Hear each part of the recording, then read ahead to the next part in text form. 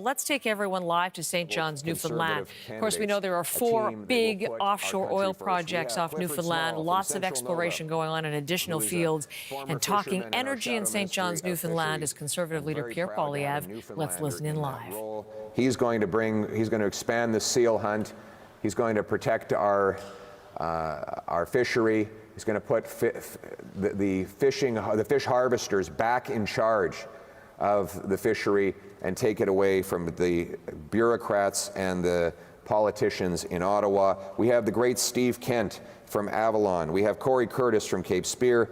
David Brazel, of course, a great businessman and former interim leader of the Progressive Conservative Party of Newfoundland and Labrador. We have Jonathan Rowe, Terra Nova, and the Peninsulas, and they all understand what Canadians get, is that this country should be the richest in the world. But after the lost Liberal decade, we've had the poorest growth in all of the G7. The American economy has grown 14 times faster per capita than the Canadian economy has in the same decade. And that, I think, explains why Donald Trump keeps endorsing Mark Carney. He keeps giving Carney support. He said he wants to keep Carney in power after the election. And it's pretty easy to understand why. Carney's policies, which he implemented as Trudeau's economic advisor, have made our economy more weak and reliant on the Americans than ever before. He supported massive carbon taxes while he moved his money out of the country to avoid paying them. He testified against the Northern Gateway pipeline while advising Trudeau against the Energy East pipeline. He supported the anti-pipeline law C-69, the energy cap, and countless other anti-development policies. All of these policy decisions have made us hopelessly reliant on the Americans. And despite making sort of rhetorical hints to the contrary 28 days before the election, Mr. Carney is actually doubling down on all of these radical, keep it in the ground policies that he has supported for the last 10 years of the lost Liberal decade. Here's the reality. We export 98% of our crude oil to the United States, moving from, in fact, the oil that goes from Western Canada to Ontario and Quebec actually has to go through the U.S., meaning Donald Trump has the legal power and the territorial control already to stop Canadian energy from going to Canadian consumers. We sell twice as much goods and services to the Americans as we sell between our provinces because the Liberals will not let us build the infrastructure to move it east-west. And between 2015 and 2020, the Liberals killed $176 billion of known projects that would have boosted our economic independence against the Americans. And that does not include the countless other projects that never appeared because investors took a look at Canada's anti-energy regime and said, we're not even going to bother announcing a plan to invest. These radical Liberal policies that caused the lost Liberal decade drove wages down, taxes up, and everything more expensive. It's no surprise that Canada now ranks 23rd on the World Bank's Ease of Doing Business survey. That's up that's 7 places worse than before. And now Mr. Carney wants the Liberals to get a 4th term while promising the same radical keep-it-in-the-ground policies. And by the way, on that, let me be clear. When I say he has a keep-it-in-the-ground policy, that is not my characterization of his position. I'm going to quote him verbatim. This is not Justin Trudeau or Stephen Guilbeault. This is Mark Carney. Maybe as much as half of oil reserves, proven oil reserves, need to stay in the ground. You hear that? He wants to keep it in the ground, and that includes under the ocean floor. That means that he will not allow any offshore development here in Newfoundland. To keep it in the ground, he would have to block any further projects from going ahead. That means that our single biggest and most valuable resource would not be available to us while the Americans unleash massive production increases and while Mr. Carney's own company profits off petroleum investments outside of Canada. He will shut down competition to his company here in this country. We need to bring dollars and jobs home so that we can be strong enough to stand up to Donald Trump. Carney has the wrong plan, and our blessed country needs a new leader and a new change so that we can reverse course. If Mr. Carney is serious about restoring economic independence, though, because he's now sort of hinting rhetorically that he might consider doing something, he might consider abandoning his principles on the matter of energy. But if he is, let's get specific. Let's get very specific. The energy companies themselves, the 14 biggest of them, wrote all of us a letter. Every national leader, Conservative, Liberal, NDP, Green Bloc, wrote us all a letter with 5 demands. They said, either you do these 5 things or we will not be able to grow and break our dependence on the Americans. They're very specific. 1, repeal the No New Pipelines law and the tanker ban so that we can ship our resources to non-American markets. I voted against C-69. I have always been against C-69. I've said I will repeal C-69, the No New Pipelines liberal law, within 60 days of becoming Prime Minister. Mark Carney supported C-69, and he had a week after he became leader to recall Parliament to repeal it, as I demanded, but he did not. So their position is clear.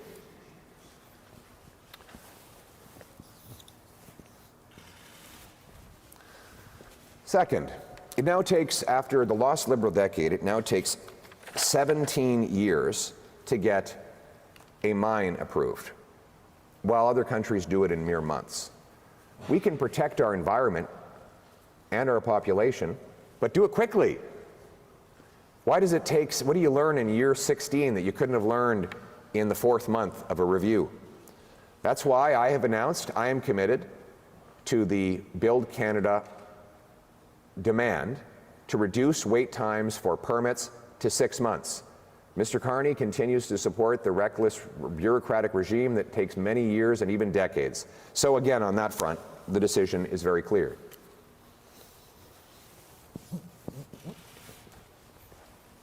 Next, the cap. The Liberals have imposed an energy cap. This will prevent our industry from growing and even force it to shrink in size, because the policy is to reduce the output of the industry. I have said I oppose the energy cap. Just last week, Mr. Carney and his environment minister said they will keep it in place. So again, the choice is clear. After a lost Liberal decade, do you want to keep in place an energy cap by electing the Liberals to a 4th term, or do you want to put Canada first for a change with a new Conservative government that will scrap the cap?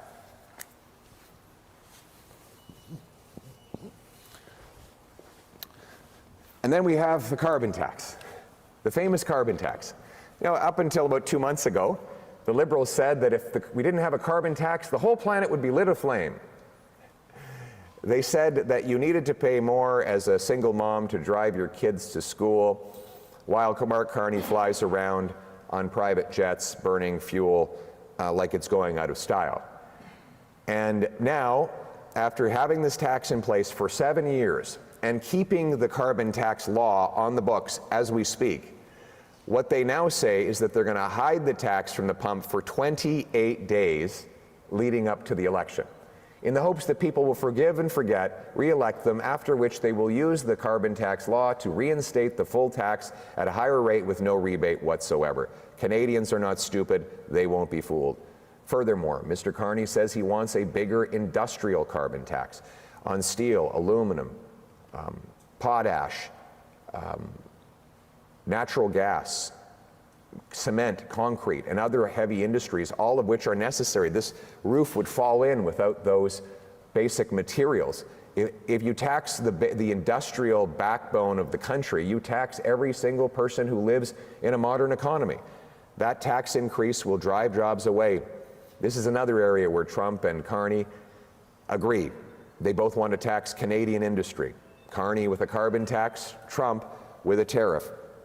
I want neither, and that's why the choice in this election is whether you elect the Liberals to a 4th Liberal term after the lost Liberal decade, who will bring in a bigger industrial carbon tax, or whether you want to put Canada first for a change with a new Conservative government that will axe the tax for everyone, for everything, for good, for real, for a change. And then you've got Indigenous loan guarantees. Our First Nations friends want to build prosperity for their people. They want schools and hospitals. They want clean drinking water. And they want the ability to fund it with own source revenue by having investments in resource projects that will send their economies into liftoff. I want Indigenous people to be the richest people in the world. But that means allowing them the loan guarantees to get their investments into these projects from the start. Now the Liberals want to control the loan guarantees through bureaucracy. We want to give control to First Nations so that they can make these investments and we can get quicker to yes. We will also allow First Nations governments to collect a share of federal income tax, corporate income tax, from the companies that harvest resources on their land. The Liberals will do no such thing. So again, the choice is, after the lost Liberal decade, do we want to elect them to a fourth term where they block resources for First Nations, or whether we want to put Canada first for a change with a new Conservative government that will unlock the power of First Nations workers and investment in our resource sector. So again, here we have it. Let me just stand over here so everyone can see this. Here we have it, folks. These are all the demands. These are all the demands that our energy sector has made. These are not my demands. These demands come from the 14 biggest energy companies in Canada. They're the ones that put a letter together, and they've said very clearly and very simply, it's not a matter of debate. Either you do these 5 things, or we will stay dependent on the Americans. There is no way to build pipelines, LNG plants, to harvest our resources unless we do these 5 things. Mr. Carney, he has made some vague mutterings about how he might be inclined to change his position that he took over the last decade. But it's time for him to get specific. Will he reverse himself on the Liberal no new pipelines law and tanker ban, the Liberal delays on project approvals, the Liberal cap on our energy, the Liberal industrial carbon tax, the Liberal patronizing approach to our First Nations? I ask you to pose that question to him directly. And if his answer is anything but yes, then if he's not willing to say that he's abandoning all of his principles and his policies, then you can be very sure that under a 4th Liberal term, our energy sector will continue to be crushed and the Americans will continue to win our money, our jobs, our energy at huge discounts. It is no wonder that Donald Trump is so determined to see Mark Carney stay in power. Mark Carney is a weak, out-of-touch leader who never puts Canada first. He had 3 passports up until not long ago. He moved his headquarters out of Canada to New York City. While supporting carbon taxes here, he invested in American coal. While opposing pipelines here, he profited off of foreign pipelines. He continues to have those foreign conflicts, which will prevent him from doing what's right for Canada. Just yesterday, we saw those conflicts play out when he refused to remove Paul Chang, a Liberal candidate who had said that a Canadian Conservative candidate should be turned over on a bounty to the Chinese government that wants to imprison or possibly even kill him because he is a political dissident. Mr. Carney said that Mr. Chang could stay on as a candidate. It wasn't until midnight, when we found out the police were involved, because it is a potential criminal offense, that the candidate stepped aside himself, not being pushed out by Carney, but because he decided on his own. Mr. Carney will never put our country first. He will always put himself first. And that is the choice in this election. After the lost Liberal decade of rising costs and crime and a falling economy under America's thumb, do the Liberals deserve a 4th term in power? Or is it time to put Canada first for a change? A change that means axing taxes, building homes, unleashing our resource jobs, and bringing home production so we can stand up to Trump from a position of strength. And most of all, to bring home the Canadian promise that hard work gets you a great life in a beautiful home, on a safe street, protected by brave troops under a proud flag. Let's bring it home. Thank you. Thank you. We will now take questions from the floor. Zach Power with VOCM. You spent time campaigning to axe the tax. Prices have gone down today at the pumps, and at least for now. Carney has beat you to the punch in that regard. How are you going to compete with Carney now going forward to bring down prices at the pumps for consumers? Well, first of all, Mr. Carney was saying that we needed to hike the carbon tax up until a few months ago. So we know that Liberals have not gotten rid of the carbon tax. They've simply hid it from the gas pumps a few weeks before the election, all while keeping the carbon tax law in place that will allow them to raise the tax higher than ever before.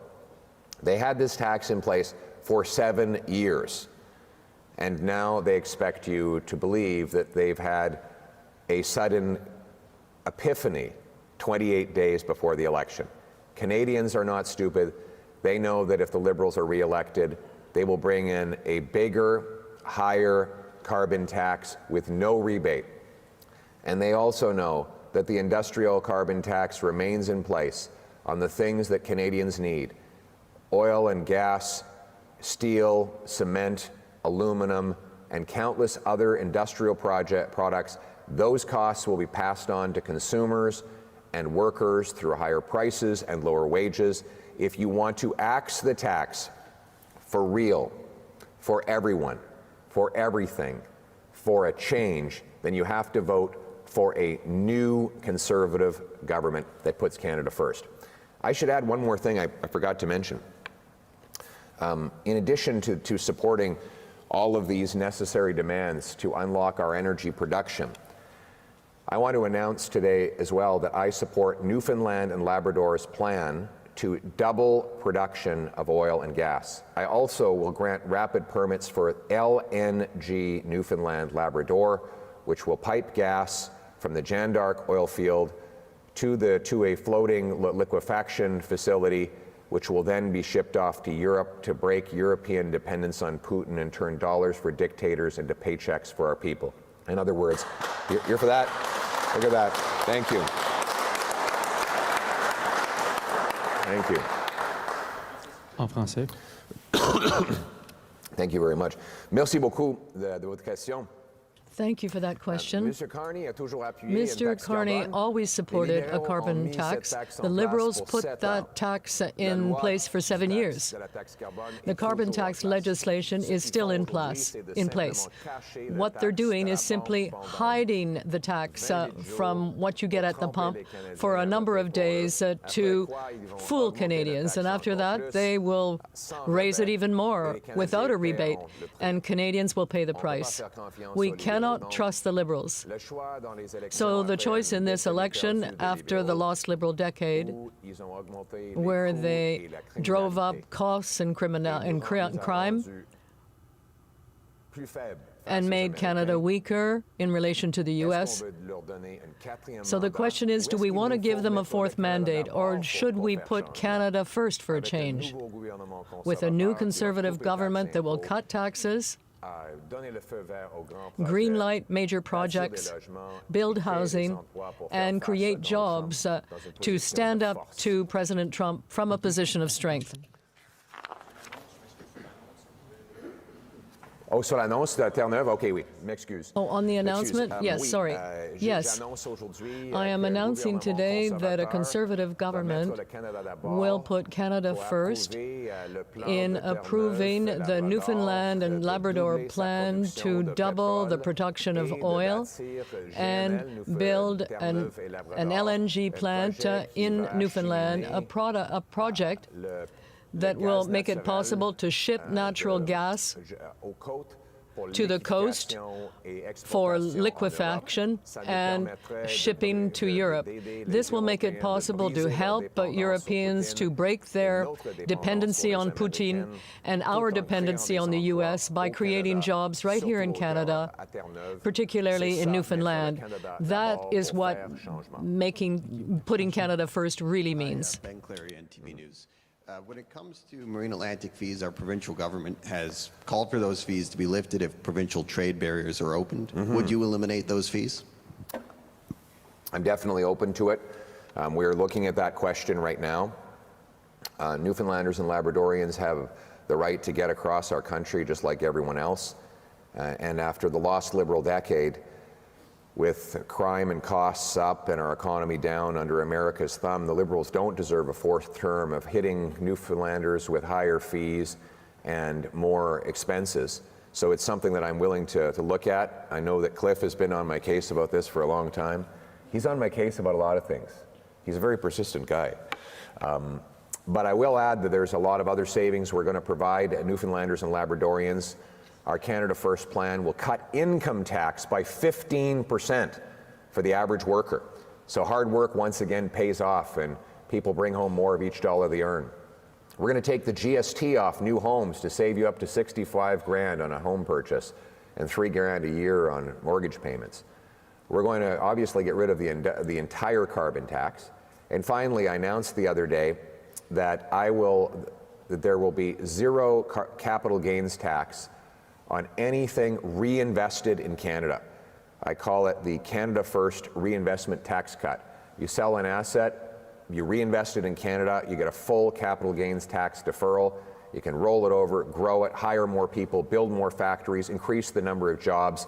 One day down the road, when you decide to cash out for good and go off into the sunset, you'll end up paying the tax, but in the meantime, you can keep compounding the jobs, the construction, and the economic power. This is going to be like jet fuel, no, rocket fuel, to launch our economy above the Americans and make us truly an economic fortress. Thank you. En français. And by the way, the choice in this is, after the lost Liberal decade, do you want a fourth term of rising crime and costs and a falling economy under America's thumb, or is it time to put Canada first with a new Conservative government that will axe taxes, build homes, unleash our resources, and stand up to Trump from a position of economic strength? En français, c'est quelque chose qu'on va considérer. So you're listening to live coverage here on CBC Morning Live of Conservative Leader Pierre Poilievre. He's in St. John's, Newfoundland, and if you've been following all of this live, you know energy is his platform announcement today. Just to let you know what's happening as he moves into French for a few moments, we're just going to pause the question and answer session. We are going to play it. We're going to pick it up right here and play it in its entirety.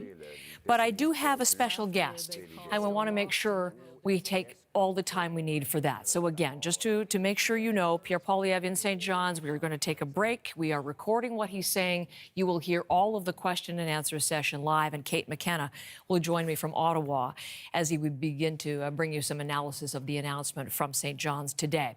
But I want to take you to Washington, live pictures of the Capitol building for some breaking news.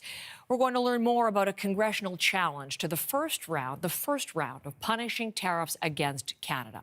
Just to get us centered here, we're talking about the across-the-board tariffs U.S. President Trump is backing up with his demands for a crackdown on fentanyl and for migrants crossing the Canadian border.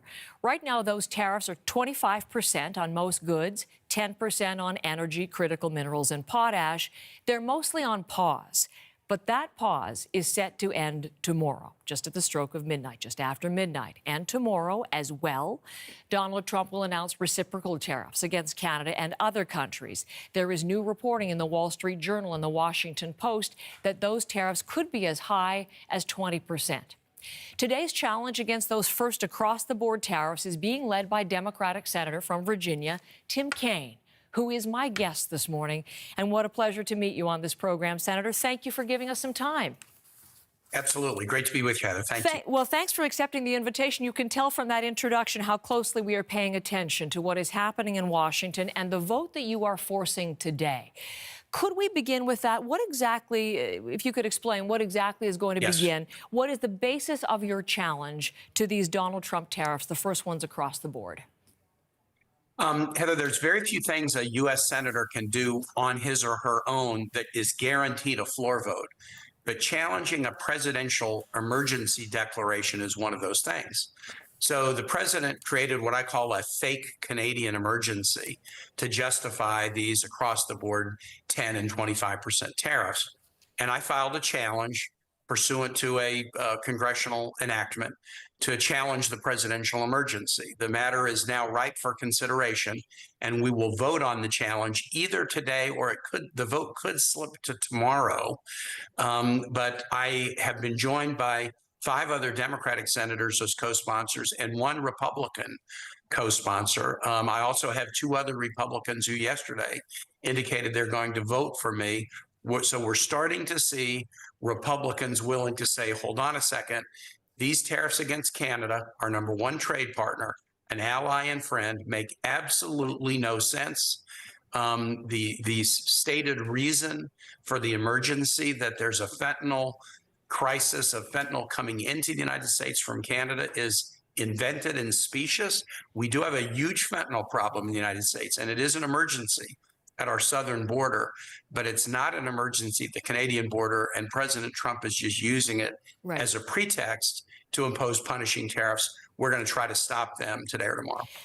I do want to come back to the Republican support that you are gathering, but back to the notion, just so people understand, using this piece of legislation, the International Economic Emergencies Powers Act, that is what the president has invoked in order to go ahead with this first round of tariffs. And this is what you say is an abuse of those emergency powers, specious. We have some new information. We have testimony just the other day from Tulsi Gabbard, as a matter of fact, to support your contention that this is fake. Can you just explain some of the things that you're looking at in terms of saying why it's specious? Yes. Tulsi Gabbard, the Director of National Intelligence, is required to deliver an assessment, a threat assessment to Congress every year. And she was on the Hill last week to do it. And the threat assessment was published. And some of my colleagues looked at it and they noticed that Canada was not mentioned as a threat anywhere. And there was a section in the report dealing with fentanyl. And in that section, Canada was not mentioned as a threat. So she was asked, we don't see Canada here. That's right. That's because the fentanyl problem is really a Mexico and China problem, not a Canada problem. So even one of Donald Trump's own key national security advisors has acknowledged before Congress that the fentanyl problem, real as it is not a Canadian emergency. It is an invented rationale to allow the president to do what he wants to do, which is use tariffs to collect revenue so that he can use that revenue to pay for a big tax cut for the rich. So in terms of what is going to happen today, the lever that you are using is legislation from about that same vintage to give you the powers that you have just outlined. And you say maybe today, maybe tomorrow. And I'm wondering, we're going to look live, Senator Kaine, at what's going on the floor of the Senate right now. And that's your colleague, Cory Booker, who has been in the midst of this filibuster since 7 o'clock last night and showing no end of his energy flagging or of this coming to an end. So is that affecting your schedule? How will all of this play out in the Senate today? Yes, I think our item will be the first item up after Cory Booker yields the floor. I was with him on the floor earlier this morning, great colleague. He's walking through kind of a bill of particulars about Donald Trump's first chaotic 2 months in office. When that's done, we'll be the first item up. Right now, we're scheduled for what's called 6 hours of floor debate, 3 hours for Democrats and 3 hours for Republicans before the vote. The Republicans may not take their entire 3 hours, but I think many Democrats will take the floor to trash the tariff idea as the largest sales tax ever in the history of the United States. It will be a national sales tax causing the price of goods to go up. And we'll also trash the notion that Canada is an adversary. The IEPA statute that you mentioned, under which President Trump declared the emergency, was designed to be used against adversaries, not against allies and friends. And there is a huge unease in the Article I branch of government about the way Donald Trump is treating this great alliance that we've had with Canada for centuries. Well, listen, as those Democrats take the floor, but we'll also be watching what happens on the Republican side of the aisle. As you mentioned, Rand Paul is with you on this thus far, but you would have 47 Democratic seats and votes, and you need 4 more. I don't need to explain the math to you, but just for our Canadian audience, 100-seat Senate, you need 4 more Republicans in order to get this passed. Rand Paul is one. Where else are you looking for support, and where do you think you might get it? Yes, I need to hold all Democrats, and I don't take that for granted. I'm still working to make sure I can get a complete show of support from every Democratic senator. We'll get 47 or very close to it. I'm still working. But 3 Republicans have now come out two joined Rand Paul yesterday. Susan Collins of Maine, obviously long border with Canada. Tom Tillis of North Carolina. North Carolina, like Virginia, has huge exports and imports from Canada. Tom Tillis has indicated he's going to vote with me. And a number of other Republican senators have not declared how they're going to vote, but they have raised real worries about these tariffs. Senator McConnell of Kentucky, Senator Moran from Kansas, Senator Murkowski from Alaska have at least raised concerns. And obviously, even Senator I'm doing what I Grassley can. from Iowa over potash and agriculture. So there is potential there. Mitch McConnell, Kentucky, the bourbon has been such an effective target. If you do collect enough to get this through, what effect will it have? Will it force the president to stop? It will not. It'll go to the House then.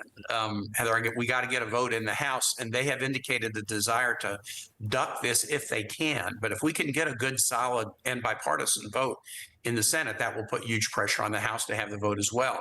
And I can tell you this, our constituents are hopping mad about this. I traveled around my state of Virginia, including in Republican parts of the state that have Republican congressmen and women about 10 days ago. And my constituents are furious about this.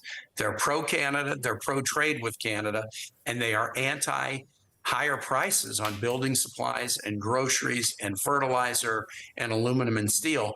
So if we have a good vote in the Senate, then it will go to the House. We'll work hard to get a good vote in the House. It then goes to the president. He can veto it if he wants. It might be hard to override a presidential veto, but you are seeing huge economic instability in the United States now in the stock markets and predictions of economic growth and declining consumer confidence. Given how bad Donald Trump has taken a great economy and sort of turned it via chaos into a really challenging economy, it's not even beyond the pale that if he vetoed the bill, we could override the veto. But that's thinking down the road. I got to get this thing out of the Senate first, and that's what I'm going to try to do in the next 24 hours. But even if you just get it through the Senate, if there is enough or some Republican support for what you'd like to do, it must be symbolic in that that would be a first break away from what Donald Trump has been putting through with his administration thus far. Yes, I learned in the first Trump term, I did a bill once to stop the president from going to war with Iran unless there was a vote of Congress. And even in Republican body, I got enough votes to get this bill to the president's desk. He vetoed it. We couldn't override the veto, but he learned from that. He saw that in the Article I branch, all of us directly elected by our voters, there was no appetite for a war with Iran that he was getting us dangerously close to. So we backed off. I think if we get a good, solid bipartisan vote in the Senate, that's going to be a powerful message to Donald Trump and the economic advisors that you are playing with fire. Don't raise taxes on Americans on their groceries and building supplies at a time when the economy is softening. So we think this vote, yes, it could be symbolic. I want to send a message that the Article I branch values our relationship with Canada. It's so important. And so it's symbolic, but it's more than that. And we think it could have an effect on curbing the president's behavior.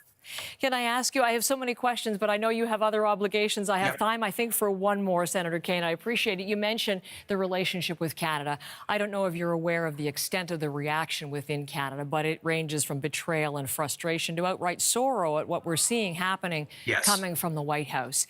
And when you say he wants to bring these tariffs in, enable a massive tax cut, I'm wondering as well, we would love to know what's really going on. What else do you think is really at play here involving Canada when he talks of the 51st state, when he talks of annexation? Is it water?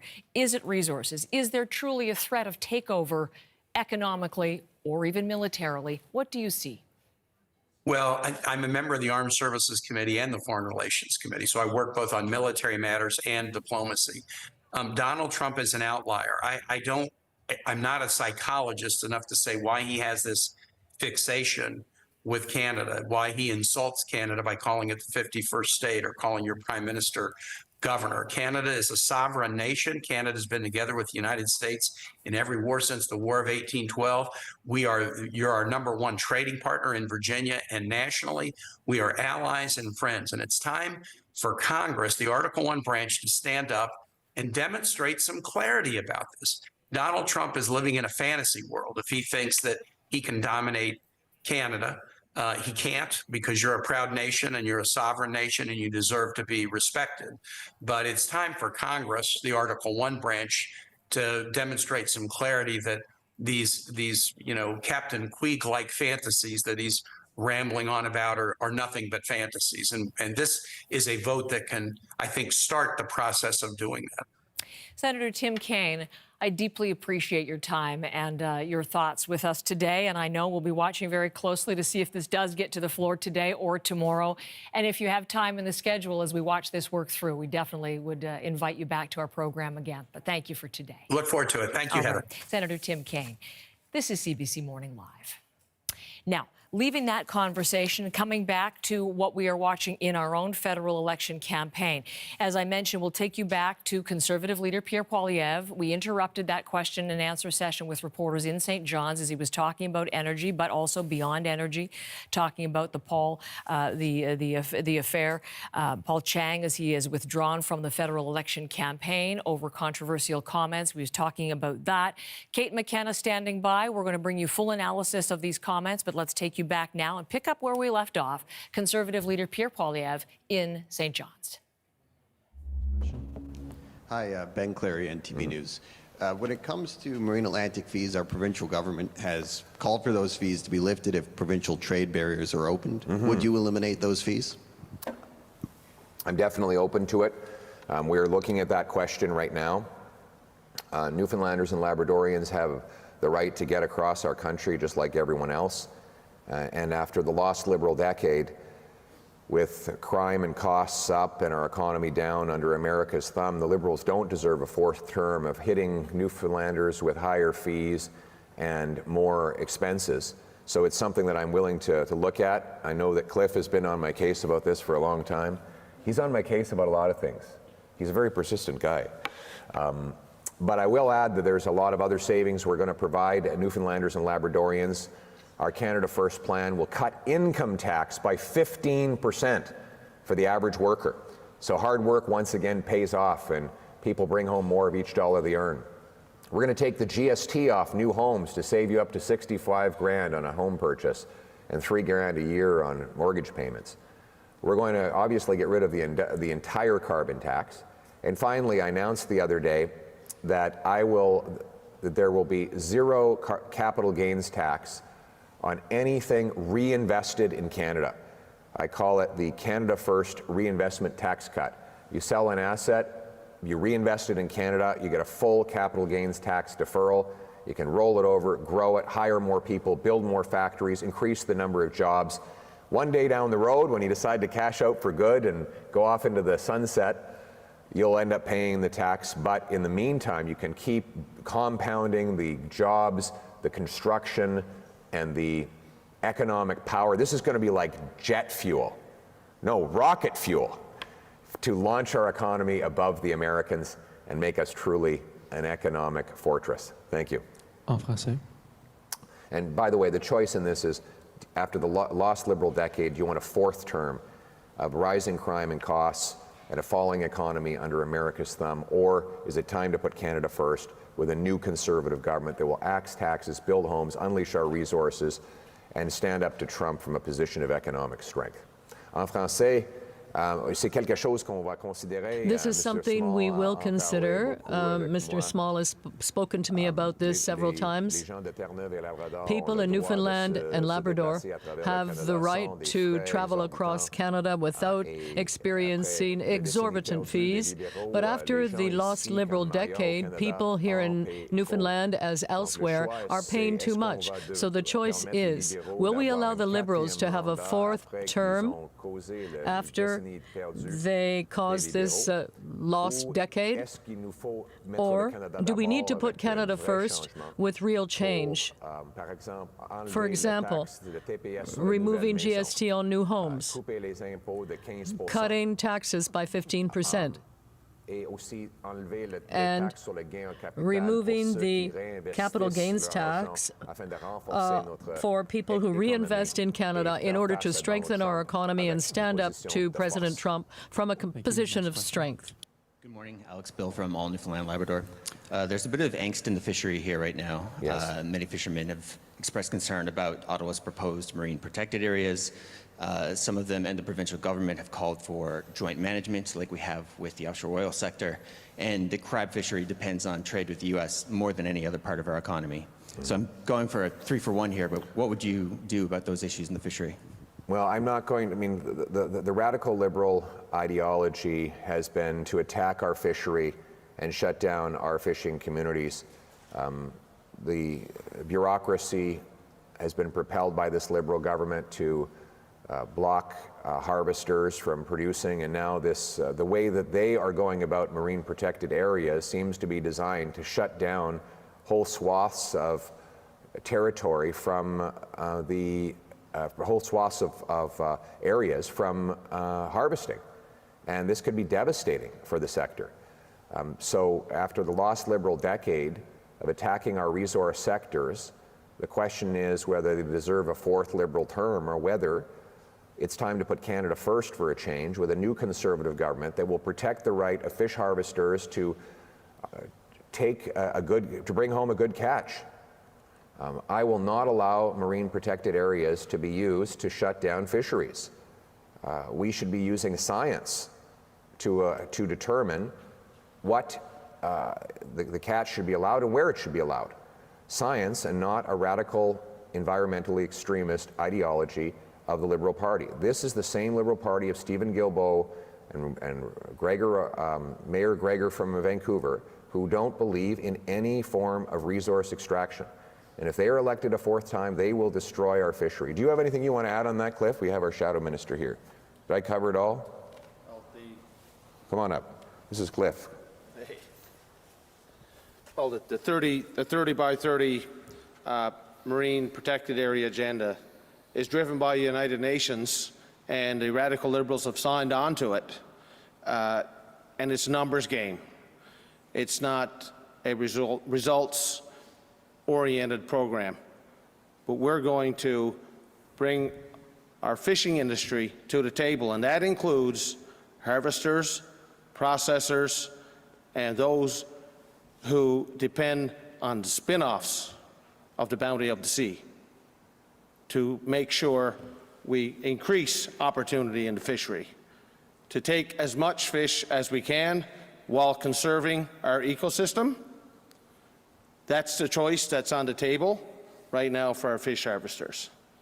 A decimated fishing industry with continued oppression, or a common sense conservative plan to increase opportunity and to bring home more landings and support our communities that depend on the spin-offs. Thanks, Pierre. Well said. Yeah. En français. And it's great to have a fisherman from Newfoundland and Labrador in this position fighting for these jobs. So the sector, the unions, the workers, everybody knows where I stand and where he stands. And we are the only hope to put Canada first and bring home the catch. Thank you. En français. Merci beaucoup. Thank you very much. After the lost Liberal decade, where they attacked our fish harvesters right across Canada with a radical agenda in relation to environmental protection, the Liberals do not deserve a fourth term. If they are re-elected, they will introduce or create areas where fishing is banned. This will shut down a lot of small communities across Canada, while at the same time allowing foreigners to steal our fish, and the Conservatives will always put Canada first. We will not allow those marine protected areas to go forward. We believe in science, not ideology. So we will give people who work in the sector the right to have their say. Because fish harvesters have the knowledge to direct the future of this industry. So that will be the case in Newfoundland, Labrador, and the rest of Canada. Bonjour, Cody Broderick de Gibraltar.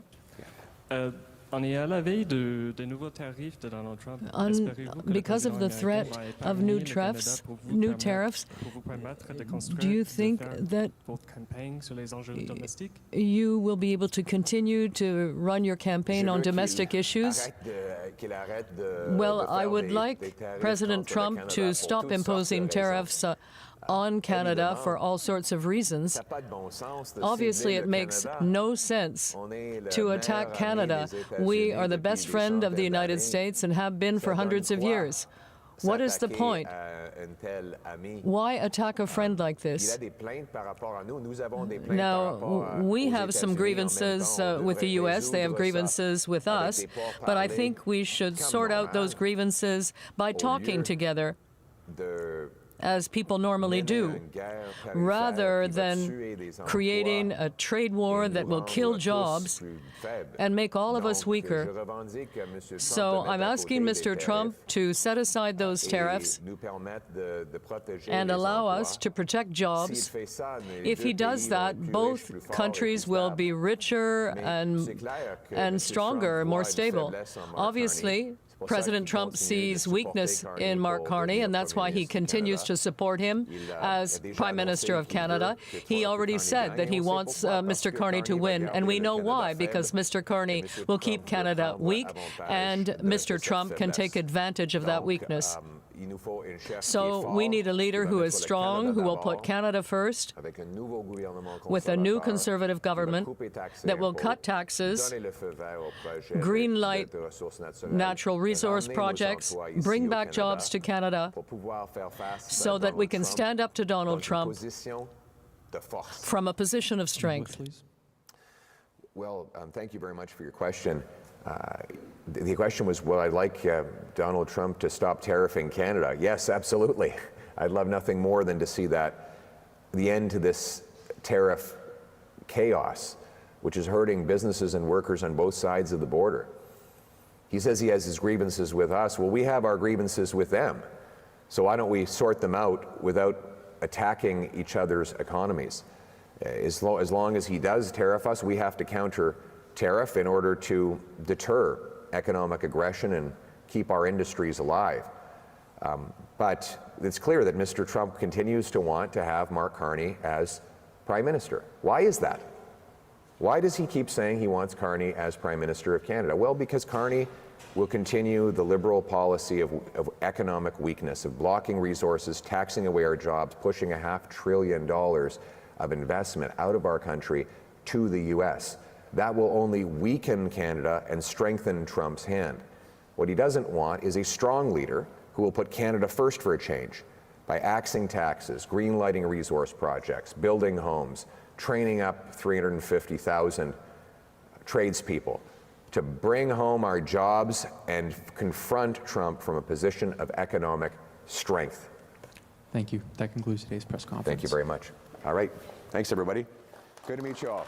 Conservative Leader Pierre Poilievre, as you've been watching here on CBC Morning Live, concluding in St. John's, Newfoundland.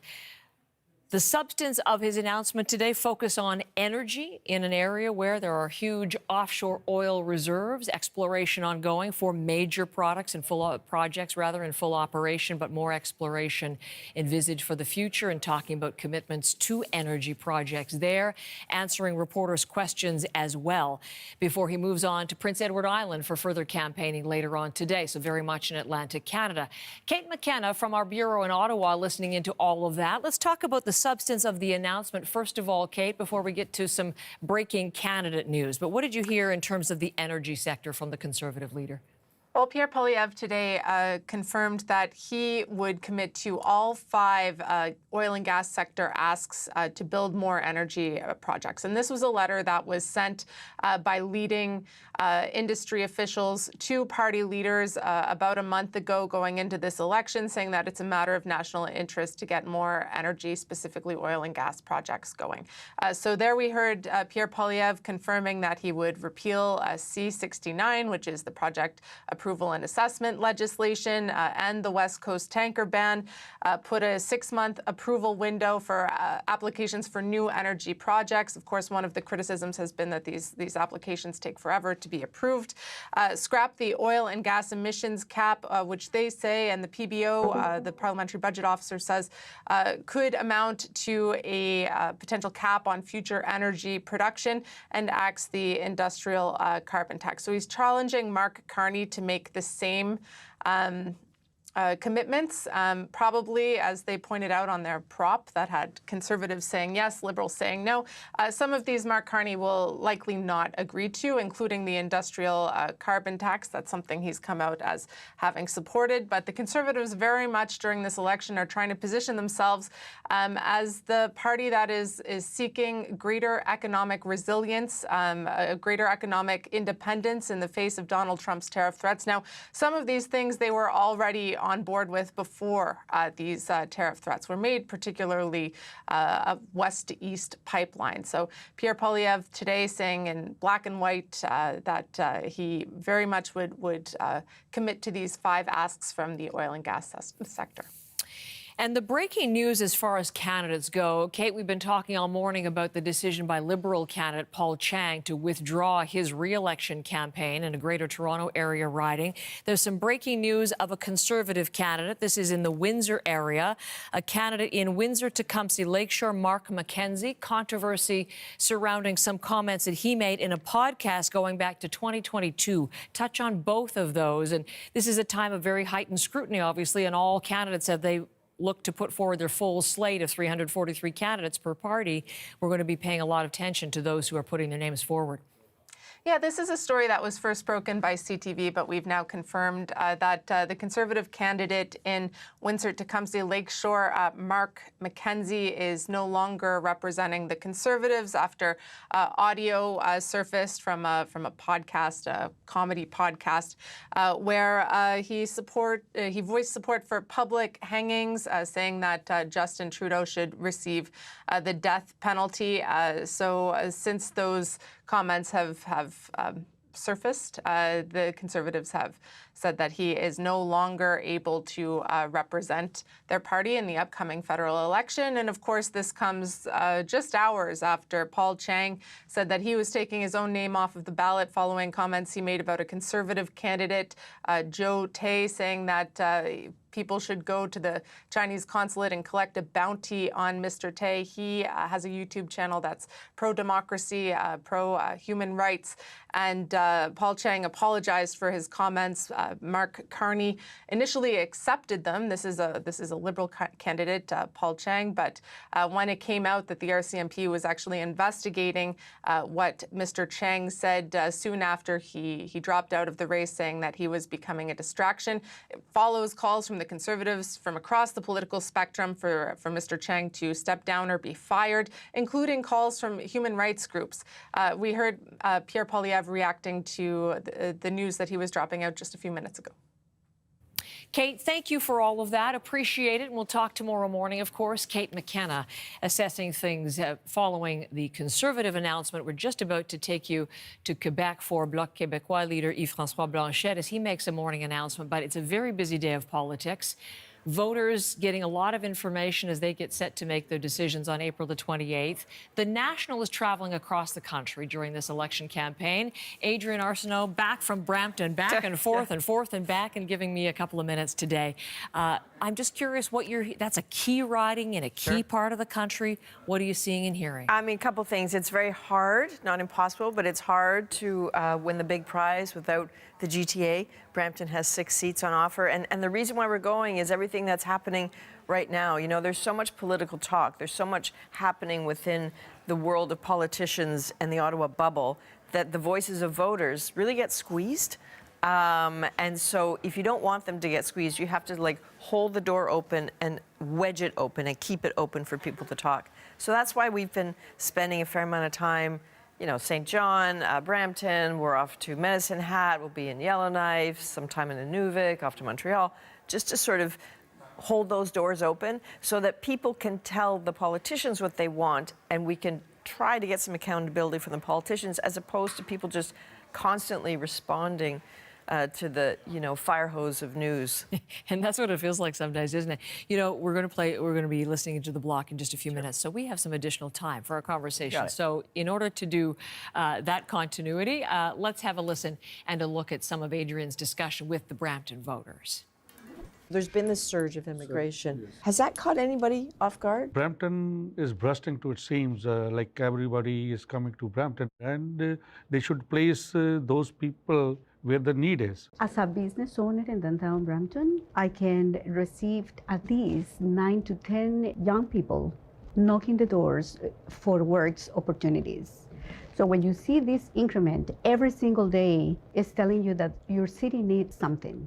And something has to be done. I don't know why everyone's coming to Ontario or Brampton. to Brampton where I live. There's a housing crisis. No, that's a government crisis. You're putting all the people in one area. Spread it out.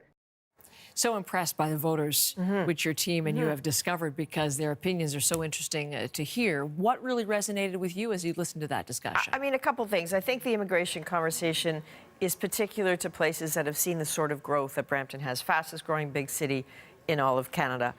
More than 50% of the population was born outside Canada. And they're growing pains, right? It's a manufacturing hub. It's a big deal. There's lots of jobs. But then there are these housing crisis stories where you have 4 and 5 people crammed into one-bedroom apartments. There are these stories of people who are, renting apartments in shifts. You get from this time of night to this time in the morning, there just isn't the space. And they need some urgent help with that. So they're listening for that. But again, we see it in the polls. People are like, is it affordability that will drive my vote? Or is it the threat from the United States? And the last man you saw there, Chris, is like, hey, about 2 months ago, I was 100% conservative, 100%. And then I heard Donald Trump say that he liked Carney. And he said, I think he's playing us. It feels so much like reverse psychology. It gives me the creeps.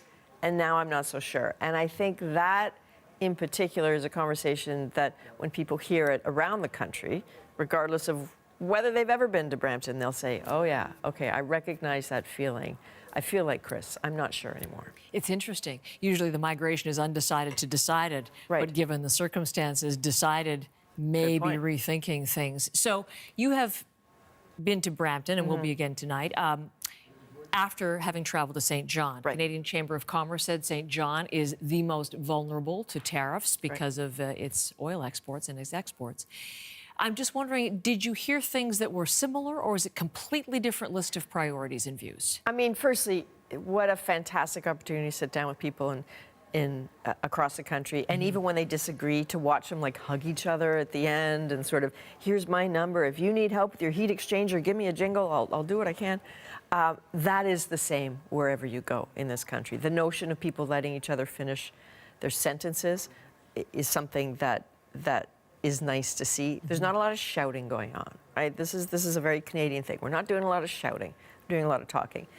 The tariff fear, the insult to people's sense of sovereignty is acute. People are very amped up. They're very afraid.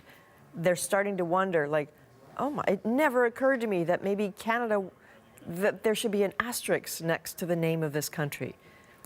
I always presumed this country would exist, and for the first time I'm confronted with the possibility that maybe not everybody wants it to exist.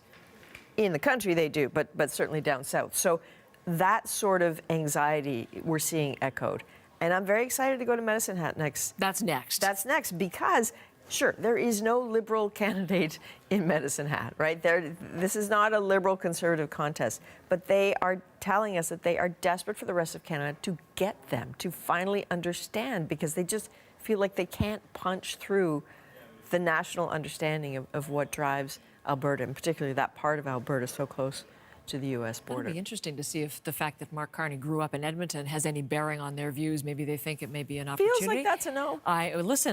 Exactly, hard no. We'll find out when you get there. That's next week, right? You got it. All right, Adrian, thank you. My pleasure. Our chief correspondent. And again, you can watch the national broadcasting from Brampton tonight, and that is 9 o'clock Eastern on the CBC News Network, 10 p.m. on CBC Television, 10:30 in Newfoundland.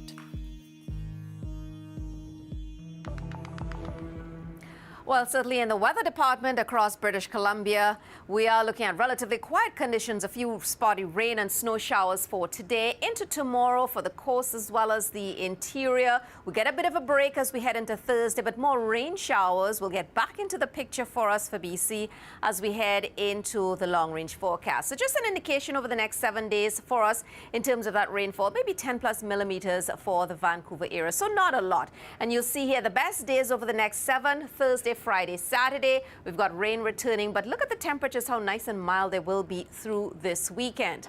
Meanwhile, for us in the prairies, where Adrian is heading to tonight in Medicine Hat, we're looking at clear conditions for us as we head through this evening, but Calgary late afternoon into the evening, picking up on some of those rain showers there. That'll transition over to the snow that we see into the foothills for us for tonight through tomorrow morning, and another dose of snowfall coming through Wednesday night and into Thursday, that down the QE2 through the foothills and into the south, and then things clear out for us. So this is about a 5 to 10 centimeters of snow for the Calgary area, up to 25 centimeters as we head into the foothills.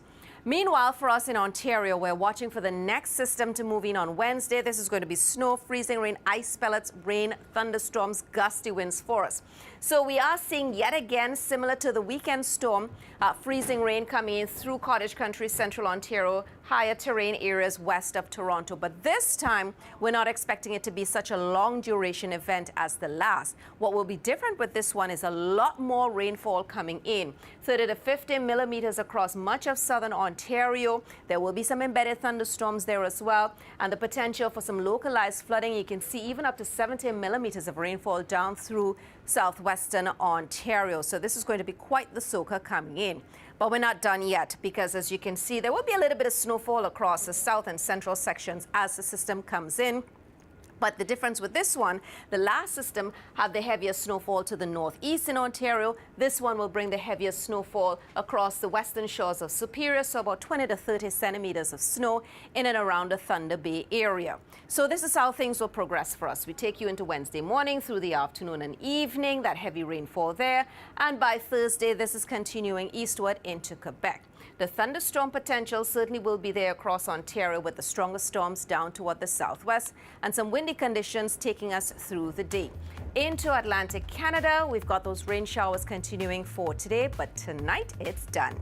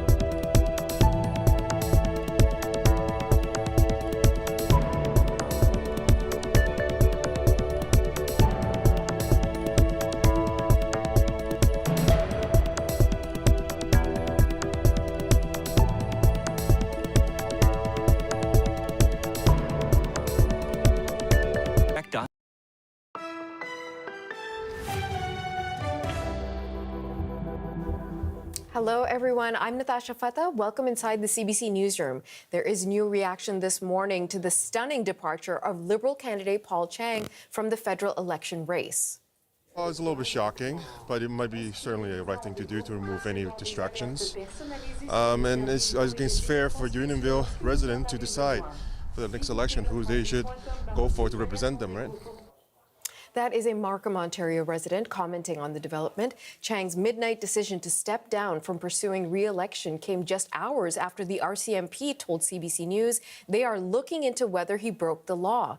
He suggested back in January that people turn a Conservative candidate into the Chinese consulate to collect a bounty. Now, yesterday, Liberal leader Mark Carney defended Chang's candidacy, calling it, quote, a teachable moment. And we are now 10 days into the federal election campaign that has already seen a lot of twists and turns. The party leaders are making announcements across the country. We have full coverage for you when those take place. Today is also the eve of the U.S. President Donald Trump's expected announcement of reciprocal tariffs on countries around the world, including right here in Canada. CBC's Kate McKenna leads off our coverage from Ottawa. So, Kate, we've already heard from the Conservative leader just last hour. What did he have to say? Well, he sort of issued a challenge to Mark Carney. He said that he would commit to all 5 oil and gas sector asks to build more pipelines, build more energy projects across the country, which they argue is important at this time for nation building in the face of the Trump tariff threats. So Pierre Poilievre today in Newfoundland got up. He said he would repeal C-69, which is the project approval and assessment legislation, and the West Coast tanker ban, aim for a 6-month approval for applications for new energy projects. A frequent criticism is that these approval processes take way too long. Scrap the oil and gas emissions cap, which they say, and the parliamentary budget officer also says, essentially could be a potential cap on future energy production, and axe the industrial carbon tax. So these are all things that Pierre Poilievre committed to doing today. He's asking Mark Carney if he would do the same. It's not clear at this time which of those Mark Carney would be in favor of. We know that he has spoken in favor of the industrial carbon tax, which is one of Canada's main tools when it comes to reducing emissions. We are expecting to hear from him later this morning in Winnipeg, which is where he is today. We know that Yves-François Blanchet, the leader of the Bloc Québécois, is in the Gaspé area of Quebec today, and Jagmeet Singh, the leader of the NDP, is in Edmonton. So Pierre Poilievre was the first out of the gate this morning. He is on the East Coast, and we'll have to see what the other leaders have to say later today.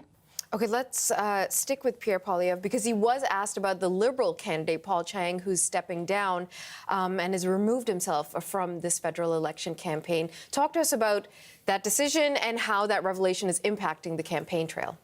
Yeah, this has been the dominant political news story of the week so far. A Liberal candidate, former candidate now, Paul Chang, in Markham. It came out that he essentially told Chinese language reporters that there was a bounty. They should go to the Chinese consulate and collect a bounty on Conservative candidate Joe Tay's head. And of course, that comment was roundly decried as outrageous, offensive. Paul Chang apologized for it. He apologized publicly. He tried to apologize to Joe Tay, who has a YouTube page, a channel where he promotes free speech and democracy. Mark Carney, up until yesterday, was defending him, saying he could stay in the race and that it was a, quote, teachable moment. But yesterday evening, it came out that the RCMP was investigating what Mr. Chang had said.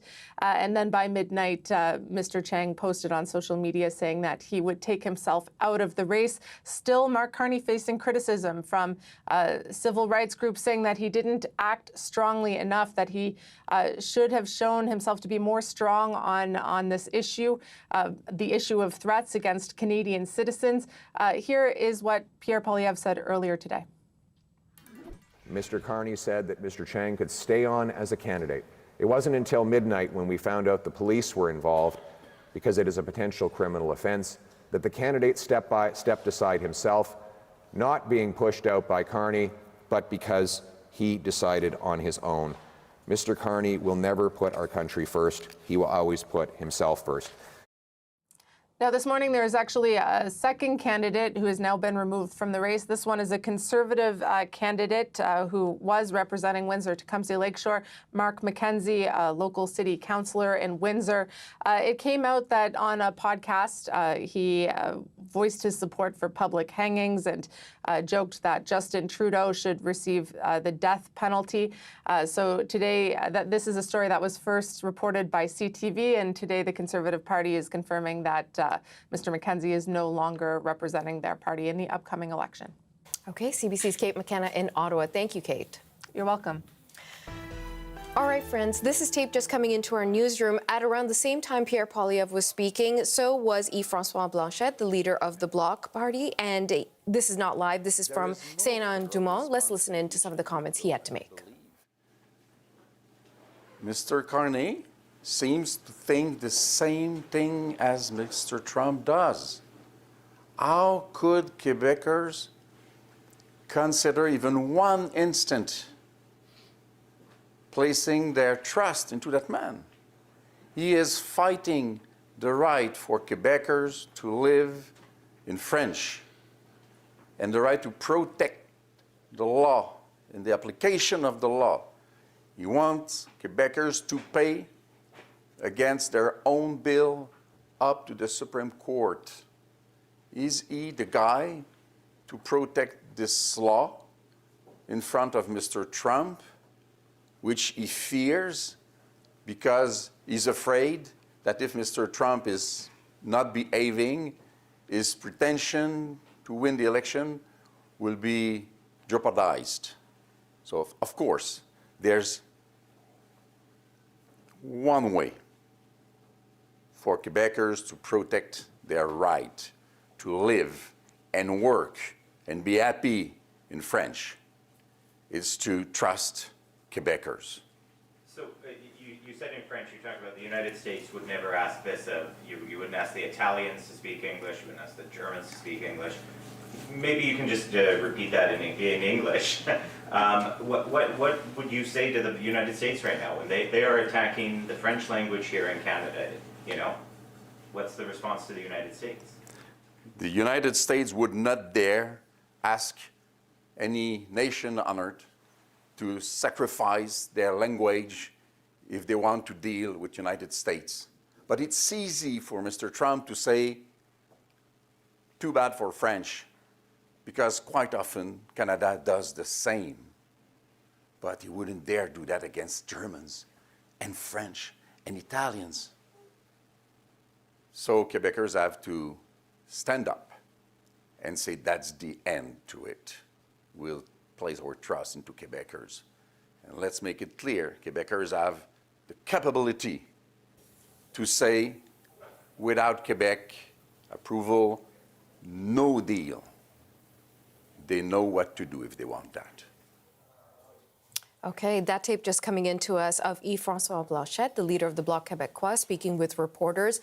And a strong message there for U.S. President Donald Trump on the eve of those reciprocal tariffs coming in, but also on day 10 of the federal election campaign. Let's turn once again to our friend, Kate McKenna. She's back.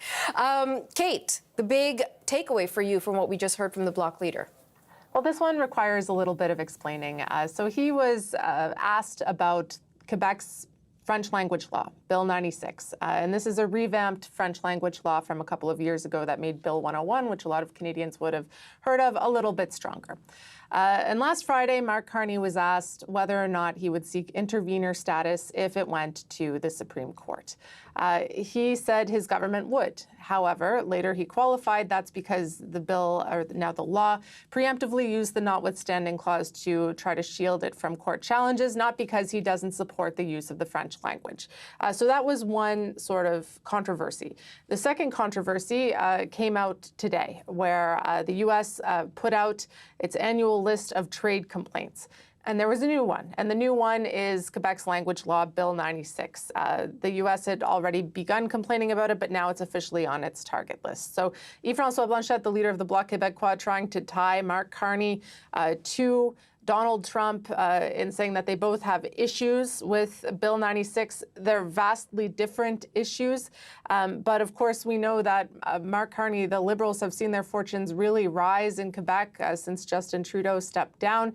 Yves-François Blanchet is trying to get a foothold, saying he is the person who is best prepared to stand up for Quebecers' rights. And we also heard from François Legault, the Premier of Quebec, a few weeks ago when he was in Washington, saying, you know, I will work with the other premiers, but only insofar that Quebec's language and culture are untouchable in any sort of trade negotiation. So obviously a very important issue in Quebec and one that's been asked of Yves-François Blanchet almost every day so far this campaign. CBC's Kate McKenna, once again in Ottawa. Thank you, Kate. You're welcome. Okay, next to that big story linked to the election campaign, the world is bracing for a new wave of tariffs from Donald Trump. The U.S. president is calling tomorrow Liberation Day. It's when his sweeping agenda will be revealed. And how might these tariffs impact Canadians in both terms of long-term effect and short-term effect? Well, for all of that, we turn to CBC senior business correspondent Peter Armstrong, who's joining me in studio. So, Peter, good to see you. There's also a new report out today from the Conference Board of Canada. I hesitate to ask, but what are they predicting in terms of the impact if those tariffs go through tomorrow? Yeah, fast and hard. And you and I have sat in this spot and talked about both how devastating these tariffs will be, but also how hard it is to gauge specifically what will happen, because there's so many variables. We know that unemployment will rise. We know that growth will fall. We know that inflation will surge. But so much depends on the specifics of the tariffs, the specifics of the counter tariffs, what happens with the dollar. All of that is going to be this really fluid thing that we're going to have to keep a close eye on to gauge what's actually happening. But for a baseline of what we can expect, this report's really good, that it does say that if these last the entirety of the second quarter, so April, May, and June, they're looking at 160,000 jobs lost, half of those, of course, in manufacturing. Auto exports could fall by as much as 50%. Wow. Total exports, so everything we send to the United States, could fall by 30%. The unemployment rate, they say, could get up to 7.3%, and that GDP could contract by more than 5%.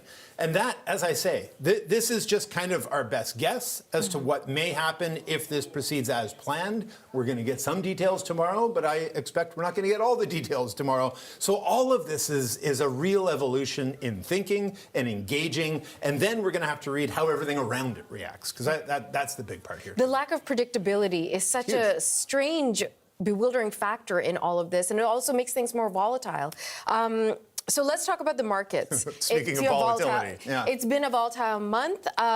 It's still early in the day. What are we watching for? Well, everything's down on the day, but remember, everything is now down on the year. So go back to the beginning of 2025, every single major market index is in negative territory. If you go back to the peak, which is around the middle and closer to the end of February, they're down considerably.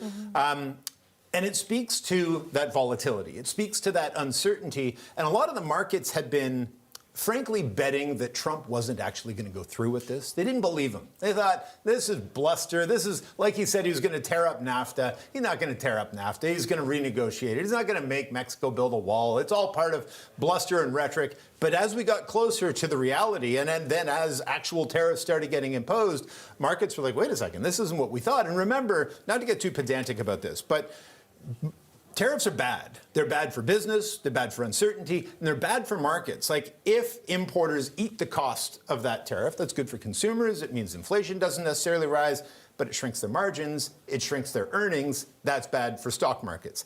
If the importers pass that cost along to consumers, it means prices go up, it means inflation surges, it means the economy slows. That too is bad for markets. And so market participants, investors largely, have been saying, we don't think he's going to go through with this. But as we get closer to the point where he might actually go through with this, you can see markets reacting. And you go back to February 19th, I think was the peak. It's been a pretty straight line down since then. Okay, and we'll continue to watch over the course of the next, 24, 48 hours to see how things move forward.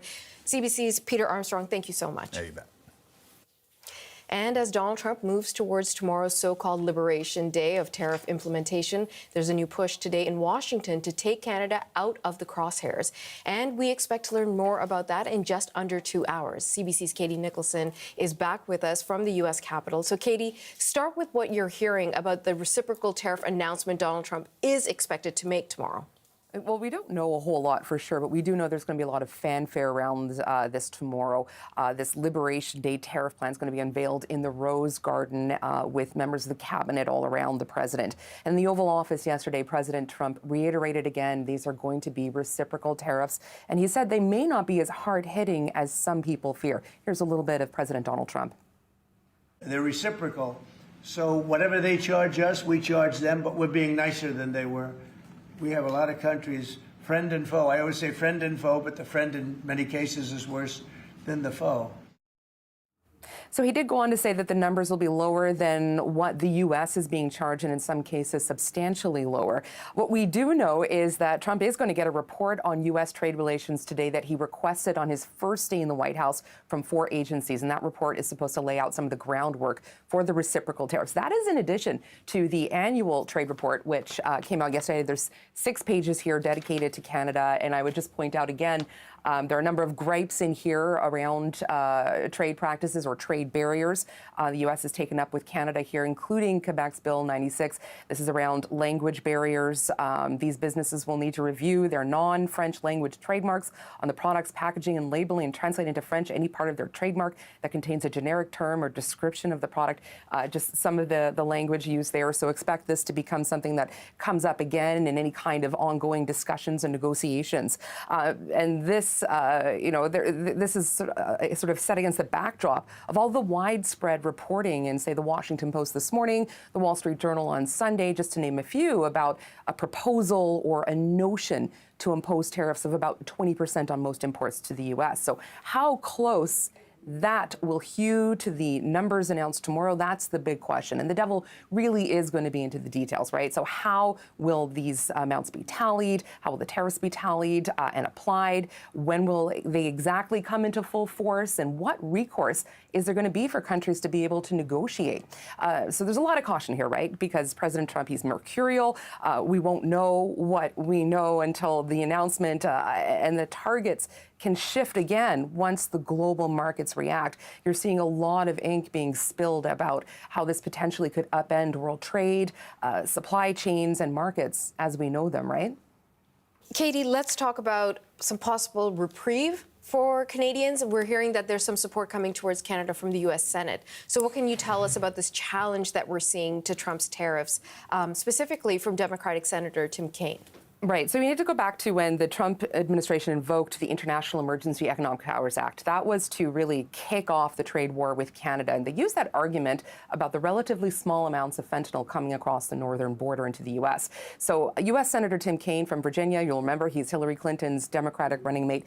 He has a resolution that is supposed to be up for vote, hopefully today, sometime this morning. They're saying there's a filibuster that's sort of gone on quite a while on the Senate floor. So that's sort of throwing the timing into jeopardy. But essentially, he is asking to block the use of that Emergency Act and undo the first round of tariffs on Canada, so that the 25% on goods, 10% on energy. Here he is speaking this morning with CBC's Heather Hiscox. These tariffs against Canada, our number one trade partner, an ally and friend, make absolutely no sense.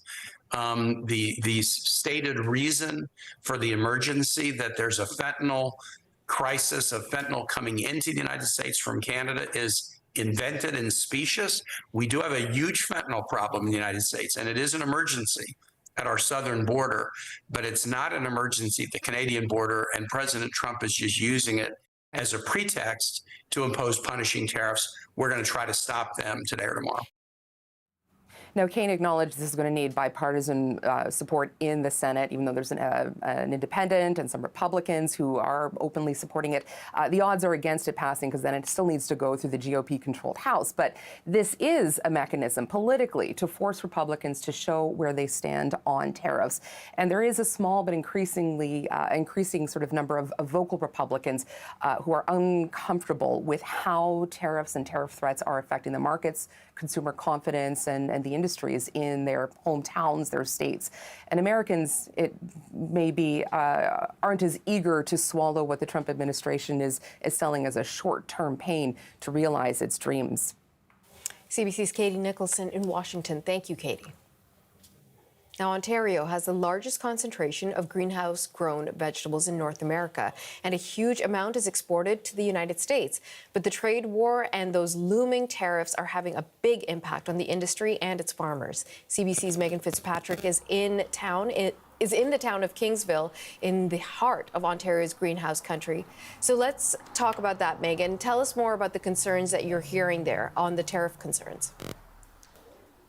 Yeah, we're in Kingsville, and right next door is the town of Leamington, and both of these communities are a major hub for greenhouse growers in Canada and in Ontario. And you drive around this area, Natasha, and you see the massive, massive greenhouses. Thousands of jobs are linked to this sector, both the growers and then all the other industries that are connected to it. And Richard Lee is someone that represents the Ontario vegetable, or the Ontario greenhouse vegetable growers. We're going to be interviewing him a little bit later this morning, but in past interviews, he has said there is a significant amount of angst in the sector right now, and that is because they do export a lot of what they grow to the United States. We're pretty close to the Windsor, to the border crossings there, and they ship their goods across that border, and they depend on their U.S. customers to keep their businesses afloat. And so they are worried about the impact of these tariffs, making their goods more expensive on the American side of the border, and that they'll lose their customers. If their customers maybe choose to pass on the cost of the tariff to their customers, those customers will not buy the Canadian produce, and they will lose these very important links for their business. And it's not just greenhouse growers that have this concern. Yesterday, we met a farmer closer to the town of Tillsonburg. We stopped in there on our way down here yesterday when we were in Ingersoll. He grows asparagus and watermelon, family farm, third generation, Mike Kromzak, and he was saying how tough it already is to compete in the U.S. market right now against the U.S. farmers. And he, again, is worried about losing those ties, the customers that he has in the U.S. If they start looking elsewhere to buy their produce, then he may never get those customers back, he was saying. Take a listen to what else we heard from him. When it comes to competitiveness, yeah, we are up against some massive U.S. programs that are putting very large sums into growers' pockets to entice them to grow and to seek new markets, being ours. And if a tariff is put in place, it makes us even less competitive when you know, if my product costs 25% more, the idea of the U.S. consumer paying that is a bit of a fallacy, because the buyers are going to expect us to absorb that cost. So he is bracing for the impact of these tariffs, Natasha, saying they could be potentially devastating for his business. When I asked him what he wants to hear from Canadian political leaders right now in the midst of this election campaign, he says he and other farmers want to hear that those leaders have their backs. And he said this is potentially a time to re-examine the programs, the government programs that do exist to support farmers in this country. And today, the Fruit and Vegetable Growers of Canada has put out a press release and a report outlining their concerns about the tariffs, and they include a set of recommendations for Canada's political leaders. This farmer, Mike Kromzak, also telling us he's really concerned for his workforce. He employs a crew of workers who come every year from Jamaica to work on his farm, and he said he's fielding calls from them. They're not here yet. They're due to arrive in a few weeks ahead of the asparagus season. They are worried that they might lose their jobs, and they and their families really depend on them, he said, to come here and work. So he said that is adding to his stress level, which is already very high, he was telling us. He said he is trying to stay optimistic, but he's planning for the worst and hoping for the best, he told us. What else are you hearing from some of the voters you've been speaking with in that community? We have been spending a bit of time. Last night we were in a Mexican restaurant in Leamington. The town has quite a big Mexican community, and that's in part because of workers who have come from that country to work on the farms here. Some of them stayed and had families and raised their kids in that community. We popped into one restaurant owned by a woman named Maria Hernandez, who immigrated to Canada more than 30 years ago. She raised her 3 kids in the community and now has 4 grandkids. And so she was talking about her family business and how much her grandmother in particular, who she immigrated to Canada with, how much her grandmother loved Canada. Maria is a Canadian citizen. She's voting in this election. She and some other customers at the restaurant were talking to us about what issues are important to them in this campaign. Take a listen. The future for our kids, right? And we want all the best for them. Well, housing's the most important thing, and people can't afford it. Like $800,000 homes aren't our solution, right? Like we need some more that are like, you know, more obtainable. Like what happened to the 2-3 bedroom small family home for only a couple $100,000 instead of the $800,000 monster homes. So housing a concern for those voters. And Maria, who was the first woman in the clip there, also saying that the environment is important to her. A clean environment. It's one of the reasons she said she moved to Leamington. On the tariff and trade issue, her view of it was that President Donald Trump is doing what he wants to protect his country, and she thinks Canada should do the same to protect our interests here. Another voter I talked to this morning here in Kingsville, Natasha, at a coffee shop on the main street, saying the overdose crisis and the fentanyl crisis is an issue for him. That's on his mind. He'd like to hear the political leaders talk more about that and what they're doing to address it. He said his mother is a paramedic. She deals with these kinds of cases all the time. So that was an issue that was important to him. And we'll be here throughout the day talking to more voters. Okay, CBC's Megan Fitzpatrick in Kingsville, Ontario. Thank you. European countries are also getting ready for sweeping tariffs on their exports, and leaders are signaling they're prepared to hit back if Donald Trump follows through with those threats tomorrow. CBC's Anna Cunningham is following that part of the story for us from London. So, Anna, what are we hearing from the EU leaders today? Well, at the moment, Natasha, Europe is bracing itself for what might happen Wednesday. The president of the European Central Bank, Christine Lagarde, has been saying that Europe is facing an existential moment and it should move towards economic independence. We've also been hearing from the European Commission President, Ursula von der Leyen. She's been addressing the European Parliament in Brussels. Take a listen to what she said earlier. Europe did not start this confrontation. We think it is wrong. But my message to you today is that we have everything we need to protect our people and our prosperity.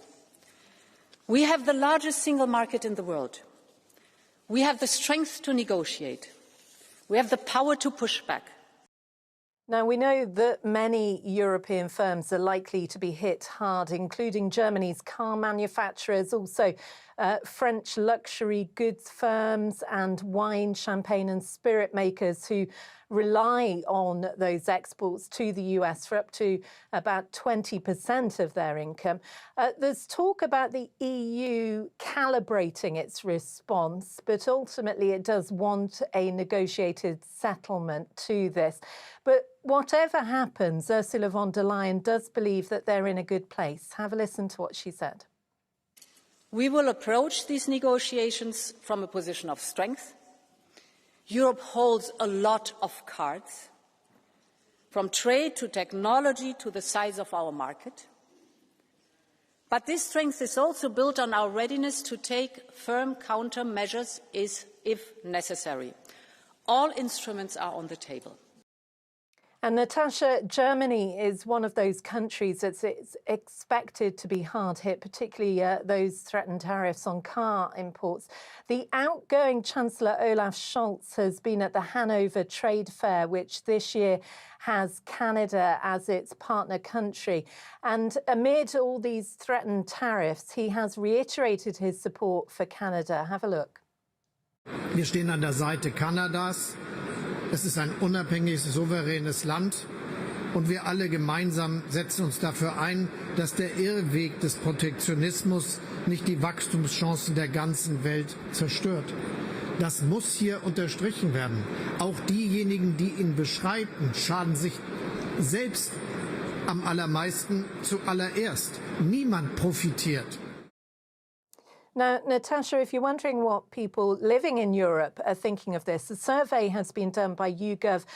It asked people questions in Denmark, France, Germany, Italy, Spain, Sweden, as well as the UK, about how they feel about US tariffs. And the large majority, for example, in Denmark, it was 79%, said that they were in favour of retaliatory tariffs on US imports. Natasha. And Anna, since you are in London and you did mention the UK, let's talk about how the British officials are responding and what they say they'll do if the tariffs come through tomorrow. Well, at the moment, the British Prime Minister Keir Starmer has today been denying that he has been played by President Trump, because up until now, the British government has been talking about getting a trade deal done with the US. We're told that those talks are well advanced, but look at the clock, it's ticking, and even Keir Starmer's ministers are now conceding time has run out for a deal. The chances are the UK too will be hit by those tariffs. Keir Starmer today saying that now is not the time, though, for a knee-jerk response. He's trying to take that calm approach, but the British Prime Minister also saying if he has to, he will act in the national interest, and by that, he says, all options remain on the table. Natasha. CBC's Anna Cunningham in London. Thank you, Anna. And whenever Donald Trump announces his tariff plans tomorrow, we are going to bring you special live coverage. It's going to be right here on CBC News Network or wherever you stream CBC News. It's going to be hosted by Chief Political Correspondent Adrienne Arsenault, and she will be joined by Chief Political Correspondent Rosemary Barton, as well as the host of Power and Politics, David Cochrane. Of course, we'll keep you updated on the details of Trump's announcement. We'll be back in just a moment.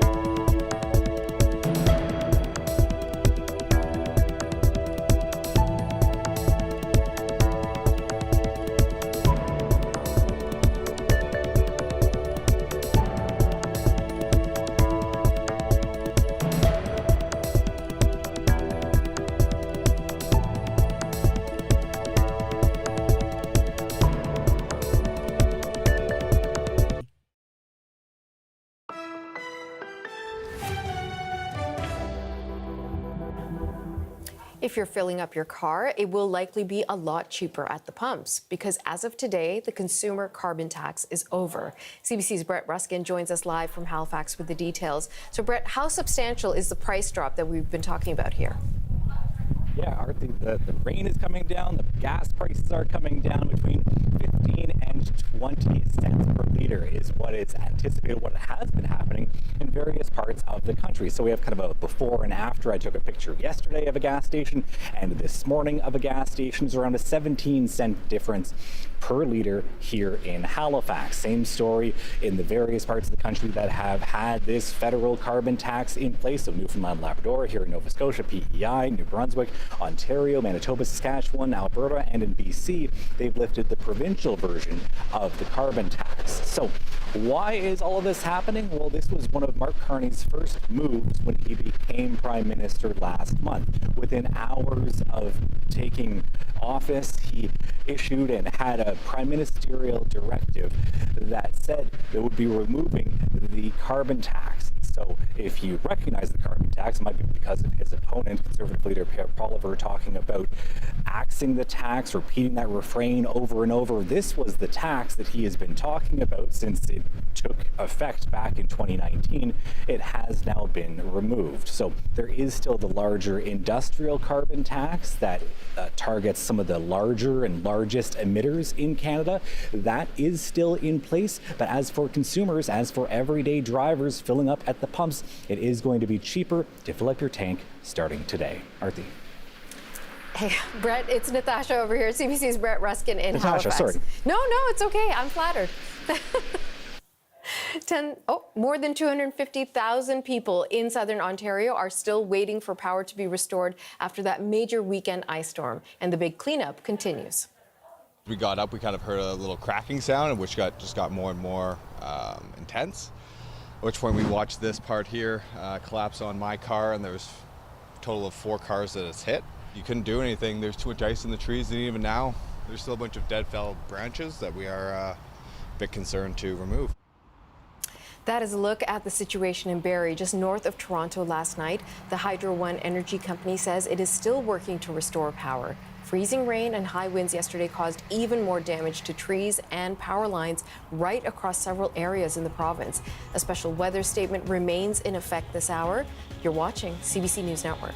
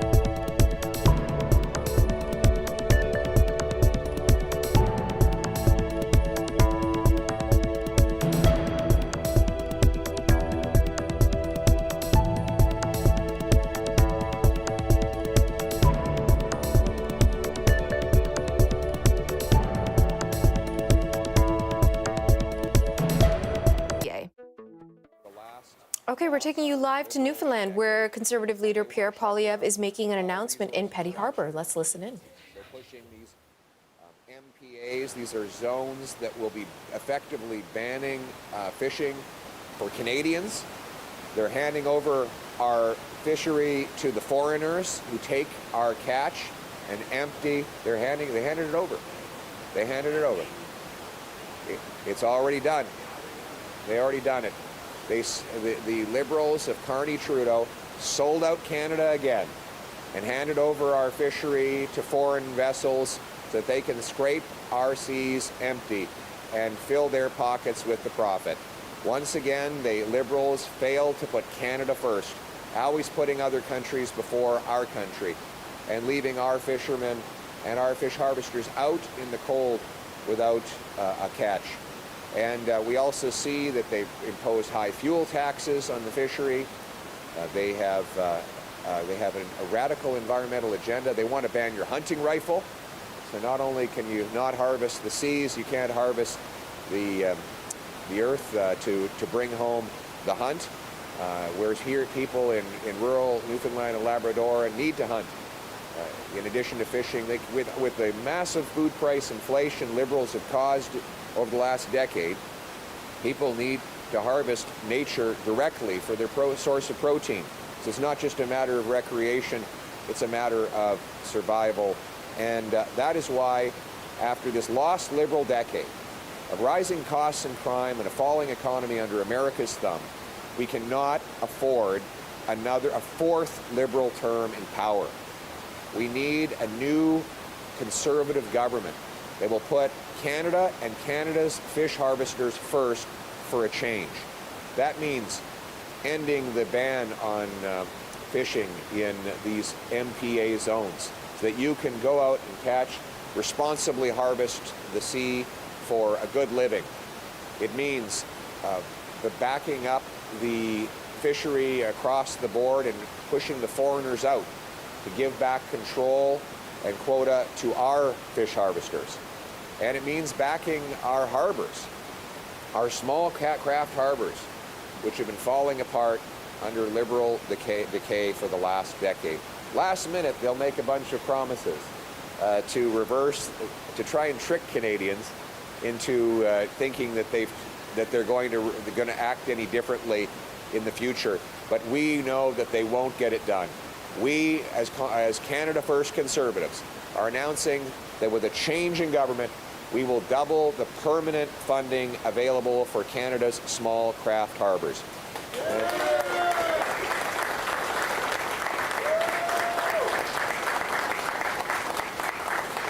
We will reverse the MPA zones that ban fish harvesting, and we'll fight to get the quota back for our harvesters, not foreign harvesters.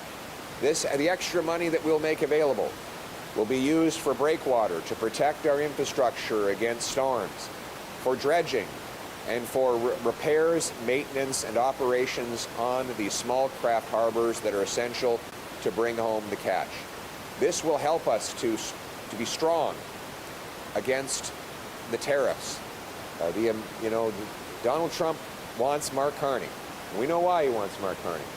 Because he wants more Liberal weakness. He's seen how the Liberals have totally weakened our economy over the lost Liberal decade. And he wants that weakness to continue so that he can take further advantage of us. We need a strong leader that puts our country first, that allows our resource workers of all types to harvest our incredible natural blessings and bring home the wealth this country deserves. We should be the richest country in the world with all the resources that we have. We have the biggest oceanic coastline in the world.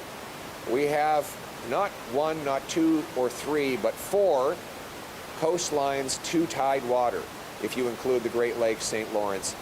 We have the 3rd biggest supply of oil, the 5th biggest producer of natural gas.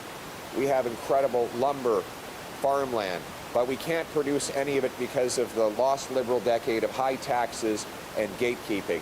We're going to unleash the production of our resources. We're going to support doubling oil and gas production here in Newfoundland and Labrador.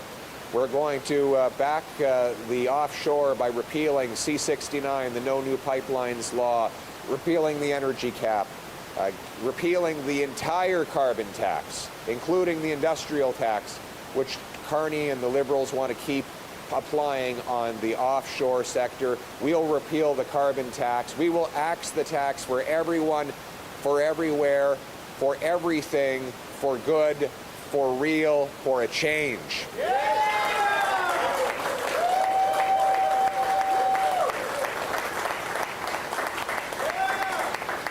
We're going to repeal the hunting rifle ban so that you can continue to law-abiding Newfoundlanders and Labradorians continue to responsibly enjoy their property. Licensed, law-abiding, trained and tested farmers, hunters, sports shooters are not the problem. The criminals are the problem. We'll lock up the criminals and allow our law-abiding people to enjoy their hunting and their traditions here in the regions of this country.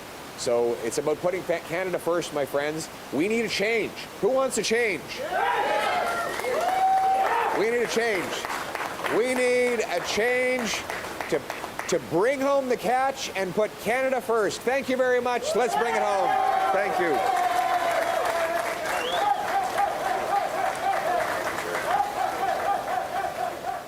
Okay, no questions for the leader of the Conservative Party, Pierre Poilievre. That's the second press conference, or at least announcement he's made today out on the East Coast. So he's talking about fishery and expansion of that industry in the country. Let's turn to CBC's Kate McKenna, who is listening in and joins us once again live from Ottawa. So Kate, twice already today that we've heard from Pierre Poilievre. What's he saying this time around? Well, this time he is announcing that Conservative government would double funding for the Small Craft Harbors program and grant harbour authorities greater access to federal commercial financing authorities to better support fishermen. No surprise, he is making this announcement in Newfoundland, where there is obviously a very large industry of fisheries, and small craft harbors are something both the Liberals and the Conservatives have flagged as being deeply important to help those industries grow. He also says that these are vital economic hubs for those in Newfoundland and Labrador that support seal harvest and crab fishery, two big industries in that region. So he did make just a brief announcement. We saw in the background some fishermen were there offering support for this announcement, and he is on an Atlantic Canada swing. So right now he is in Newfoundland and Labrador, and we know later today he will be going to PEI, where he's set to make another announcement. So a 3-announcement day, maybe more, from Pierre Poilievre. Okay, we'll absolutely be watching. CBC's Kate McKenna in Ottawa. Thank you. You're welcome.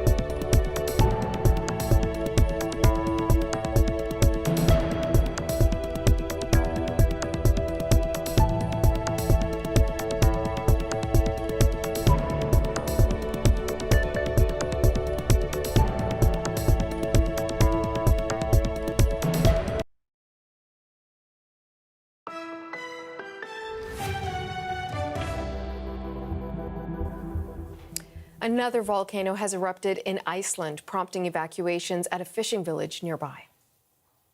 Now, this fiery show of lava fountains is from a row of several volcanoes in the southwest of the country. It's the 8th time an eruption has occurred in that region since 2023.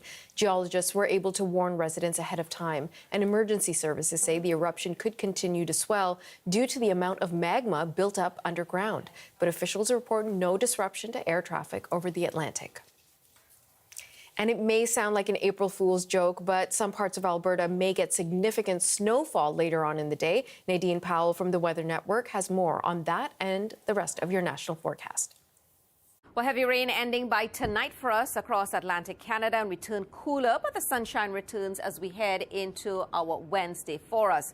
The heaviest of the rainfall across the southern Maritimes and southern sections of Newfoundland. Some areas could get up to 50 millimeters of rainfall. In Ontario, Wednesday, we've got snow, freezing rain, ice pellets, heavy rain, and the risk for thunderstorms and very windy conditions pushing through for us Wednesday into Thursday, Ontario into Quebec. This is going to be a significant system for the area with the potential for localized flooding and some heavy downpours and gusty winds when we do get into those thunderstorms rolling through.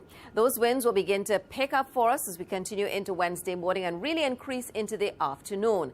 Meanwhile, for us in the prairies, we do have some light snowfall for us into the foothills for us for tonight through tomorrow. And we'll get a second dose of snowfall as we head Wednesday into Thursday. The Calgary area, about 5 to 10 centimeters of snowfall, 25 centimeters into the foothills.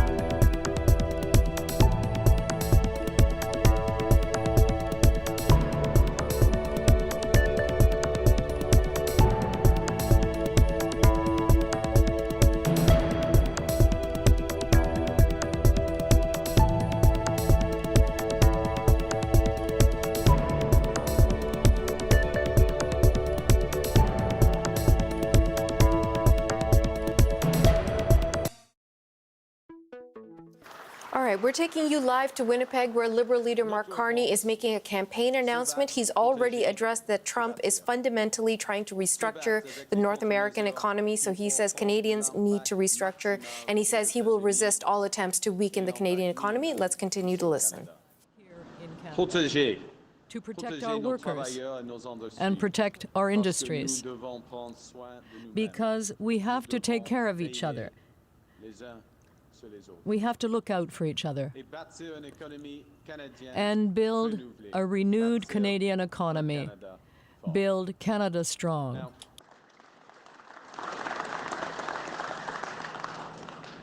I want to talk today, I want to take a step back today and talk about what building Canada strong means. At its core, it means an economy that creates good, high-paying jobs, grows incomes, an economy that's resilient, that can withstand shocks from abroad. But it's more than that. What makes me a Liberal, what makes my colleagues Liberals, is an unwavering belief that an economy is only strong when it serves everyone. Because in society, people can slip through the cracks. They can be left behind. And that was the reality for far too many Canadians, even before President Trump's tariffs. And now, because of them, many more Canadians are at risk. So we need to act urgently, purposefully, and forcefully. Canadians need a fighter, yes, to stand up to the President, but also a fighter to protect your jobs and your businesses, and crucially, to build an economy that everyone can afford. So I want to talk a bit today about how a new Liberal government will make your life more affordable. And that starts with fixing what's not working. Now, I'm not a career politician. I'm a pragmatist. So when I see something that doesn't make sense, something that doesn't work, I change it. On my first day as Prime Minister, I ended the consumer carbon tax. Today, that change takes effect. And that, as you may have noticed, those of you driving into work, many, I'm sure, taking the bus, but some of you driving into work, that you may notice that you'll soon be paying up to 18 cents less per liter than you did yesterday to fill up your tank. Savings almost reaching $200 per year on gas for your car on average. It also means you'll pay, on average, about $300 less a year on your home heating bill. Removing the consumer carbon tax will save Manitoba families around $800 per year in upfront costs. And that's immediate relief, but it's only the start. We will also, as a government, double down on what's working already. $10 a day childcare is working. 900,000 children across Canada are already being supported by this program. It's saving families here in Manitoba up to $2,800 per child per year. And on average across the country, up to around $10,000 per child per year. And this child care program is good for the economy. For every dollar we spend on child care, about $2.80 in economic value is created in return. In simple language, we are all better off if more parents can work if they wish to. That's the right thing to do. It's the economic thing to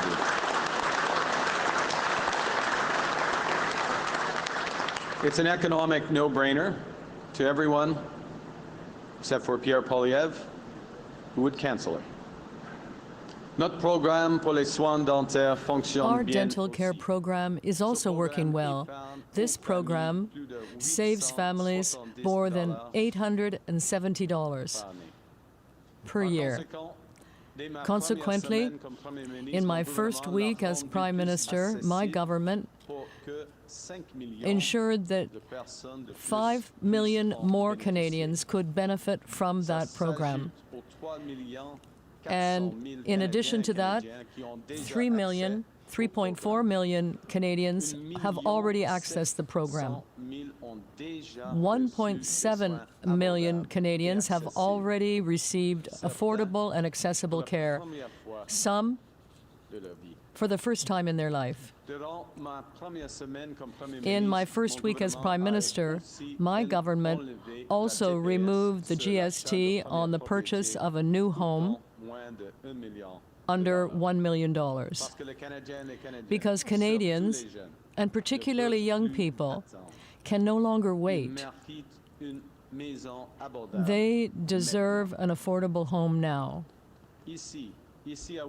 Here in Winnipeg, that represents a reduction of $7,300 on the price of a condo and a reduction of more than $12,300 on the average price of a house. 18 cents per liter off the cost to fill up your tank. $300 off your annual home heating bill. Hundreds or even thousands of dollars off the bill each time you go to the dentist. Continuing child care that's delivering savings of up to $2,800 per year here in Manitoba per child. These are savings that Manitobans can already expect, largely because the progress that we made in my first 9 days as Prime Minister. But we can accomplish much more if we win this election. And that begins with a middle-class tax cut. On the first day of this campaign, I committed to a middle-class tax cut that will save the average two-income family up to $825 a year. And today, yesterday, I announced Canada's most ambitious housing plan since the Second World War. It's a plan that has many components, but the bottom line is this. We're going to make Canada the leader in prefabricated and modular housing. We're going to create tens of thousands of new, not just jobs, tens of thousands of new careers in the trades. And we're going to cut the cost of building homes by as much as 20%. We're also slashing development charges on, which in effect are taxes on home building. We're going to slash those in half. And as I mentioned earlier, we're cutting the GST on homes for up to $1 million for first-time buyers. This is not just a plan to increase housing supply and bring down prices. It's a real plan to ensure that home ownership can again become possible for everyone. Is making it more affordable for families to purchase a home. For an average family here in Winnipeg, this makes purchasing a condo much more affordable by saving them more than $3,000 on development charges, $7,300 on GST. And with all of these measures, a two-earner family with a child in Winnipeg that has a household income of around $70,000 can expect $15,000, I repeat, in savings. And on top of those savings, with our housing plan, and by building more homes more efficiently through modular and other technologies that could reduce the cost of building homes by up to 20%. This could save another $45,000 for families that purchase these homes here in Winnipeg. This will go a long, long way.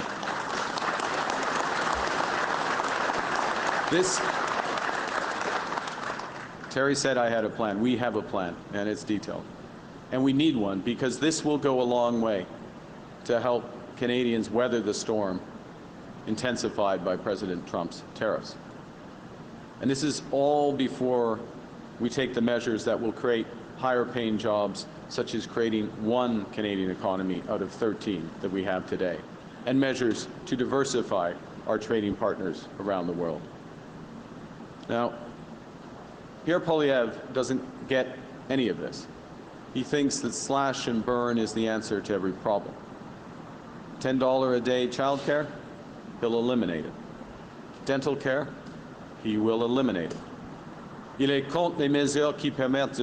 against measures aimed at building more housing, lowering prices, such as the Housing Accelerator Fund. He will axe it. He refuses to work with municipal leaders that he needs in order to build more housing. He says they are incompetent. Serious solutions because on every occasion he puts ideology over ideas. He's the type of lifelong politician that worships at the altar of the free market despite never having had to make a payroll. With him, it's everyone for himself. To create prosperity that includes everybody, to create affordability for everyone, we need to all work together.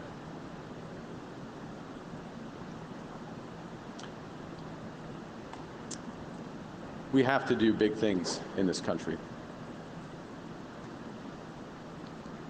We have to move forward because we are masters in our own home.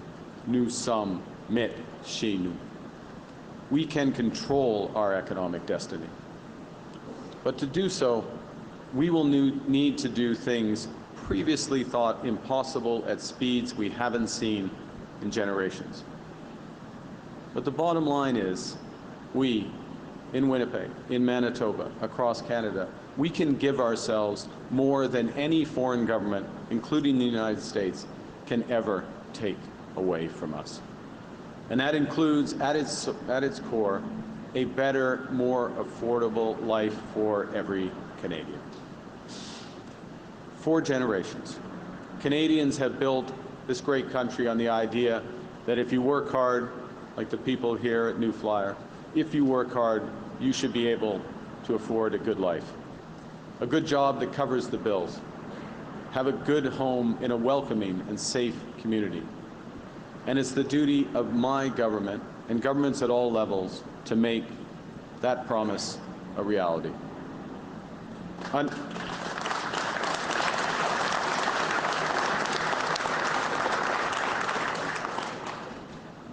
Under a new Liberal government, we will build a Canada you can afford. We will build an independent future for our country stronger than ever. We will build Canada strong. Thank you very much. I look forward to your questions.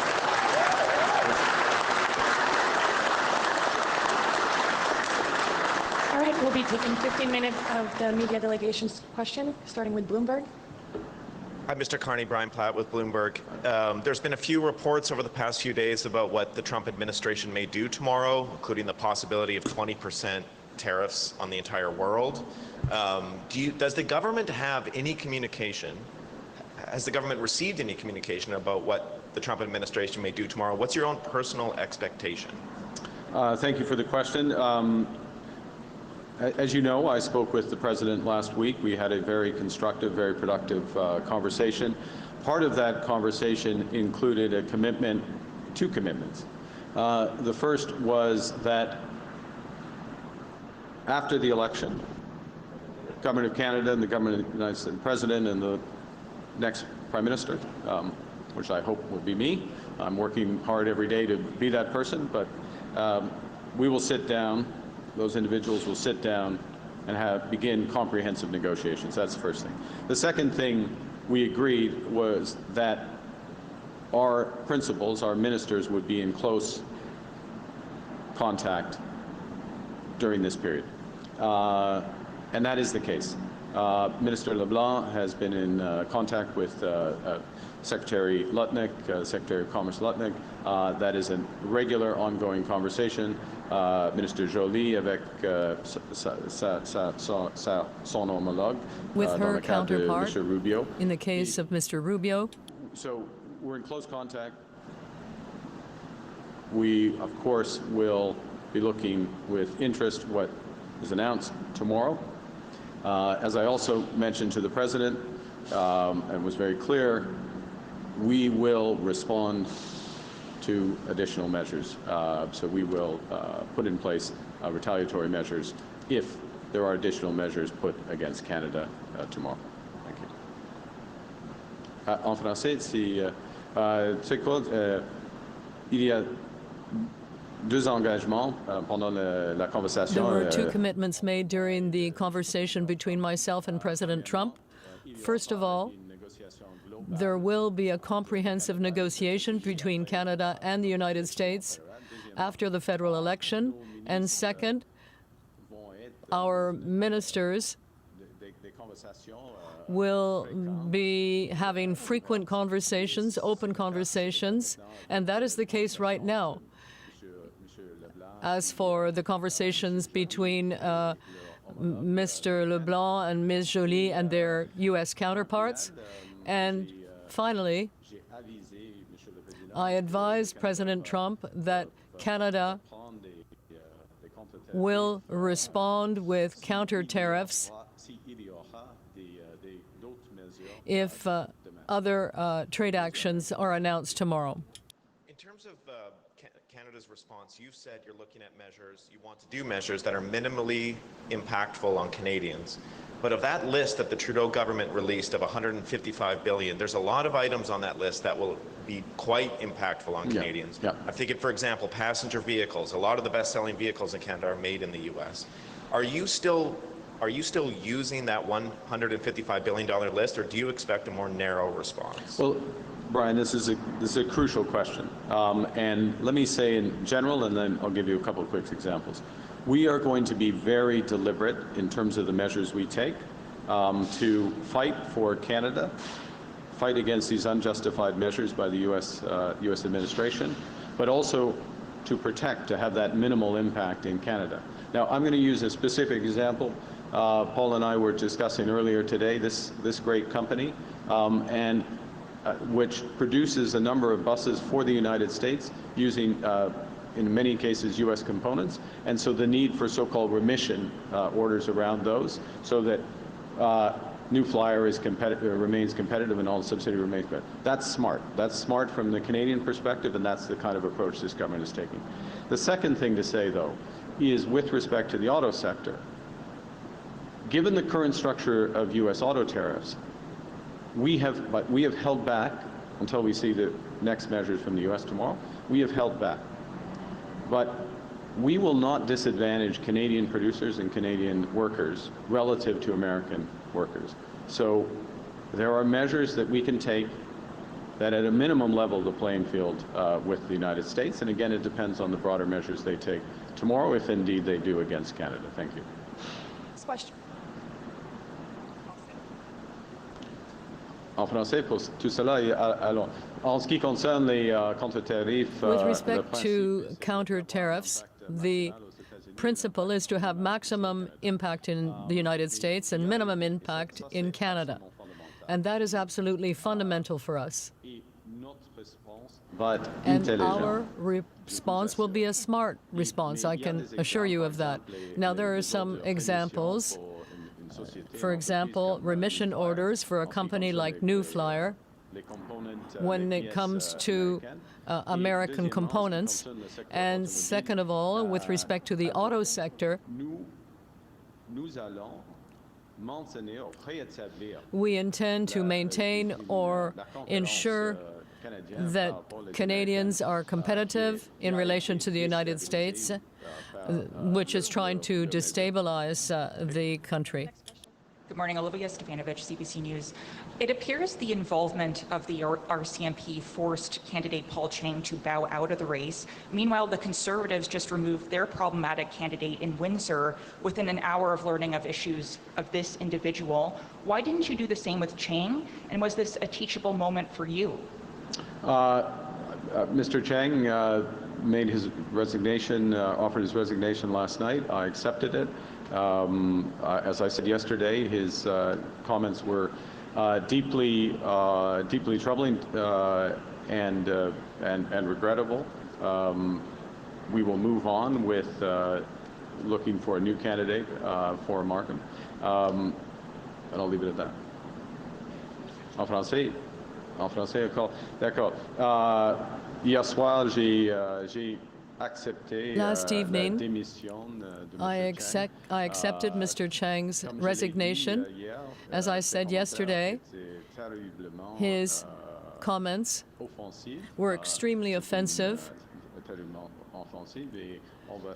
and we will now be seeking a new candidate for Markham Unionville. How do you reconcile keeping Bill C-69 with your plans to build infrastructure in Canada? Do you plan to repeal Bill C-69? We do not plan to repeal Bill C-69, to answer your question directly. What we have said and made very clear 10 days ago, formally with the First Minister's meeting, is that we will move for projects of national interest to remove duplication in terms of environmental assessments and other approvals, and we will follow, as the federal government, the principle of one project, one approval to move forward from that. And so what's essential is to work at this time of crisis to come together as a nation, all levels of government, to focus on those projects that are going to make material differences to our country, to Canadian workers, and to our future, and work closely together. And the federal government is looking to lead with that by saying we will accept provincial environmental assessments to move forward with that for example, clean energy projects or conventional energy projects. There are many others that could be there. Last point, which in many respects is the first point, we will always ensure that these projects move forward in partnership with First Nations. Prochaine question. Hello, Mr. Carney. The Americans are seeing Bill 96 as a barrier to trade. Do you agree with that? And are you pledging to protect it, whatever that may mean, in a negotiation with the United States? Let's be clear. At the beginning of my leadership campaign, I said that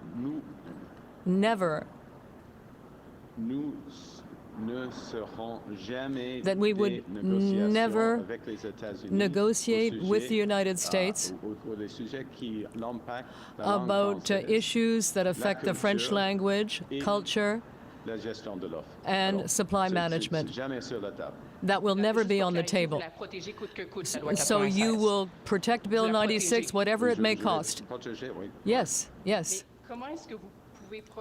But how can you protect a law that you intend to challenge before the Supreme Court? Well, there are several aspects to that legislation.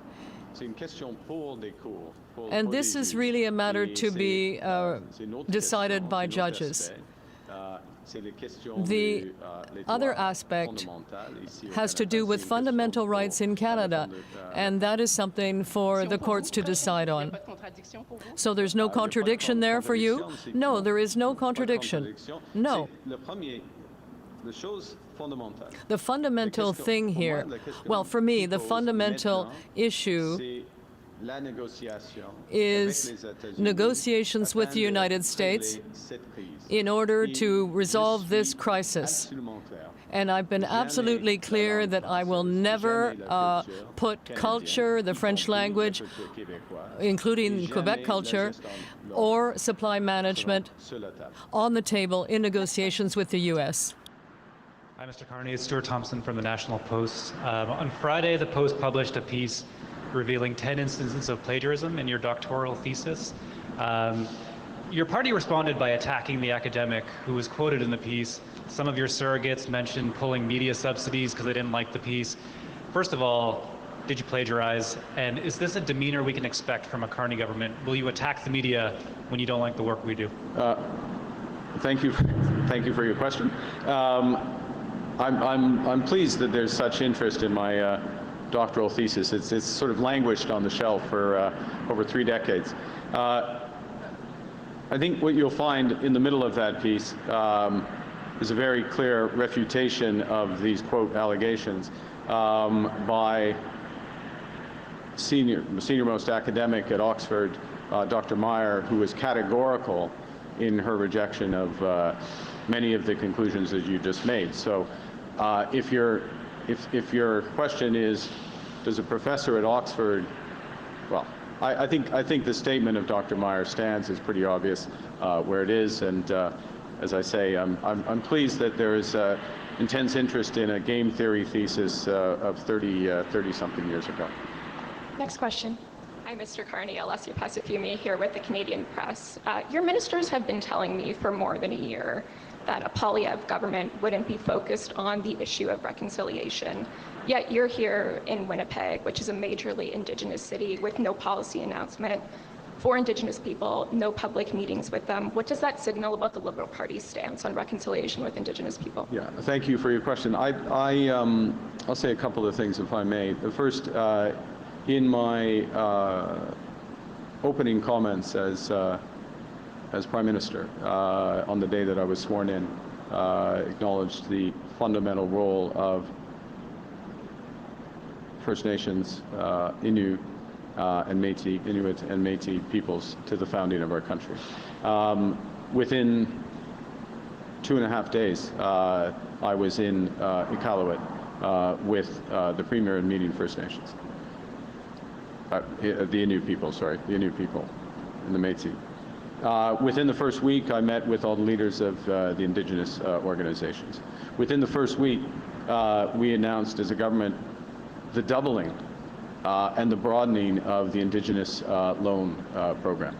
So the process of reconciliation, which is fundamental to our country, fundamentally part of our being and essential, must proceed. And we've taken those initial steps.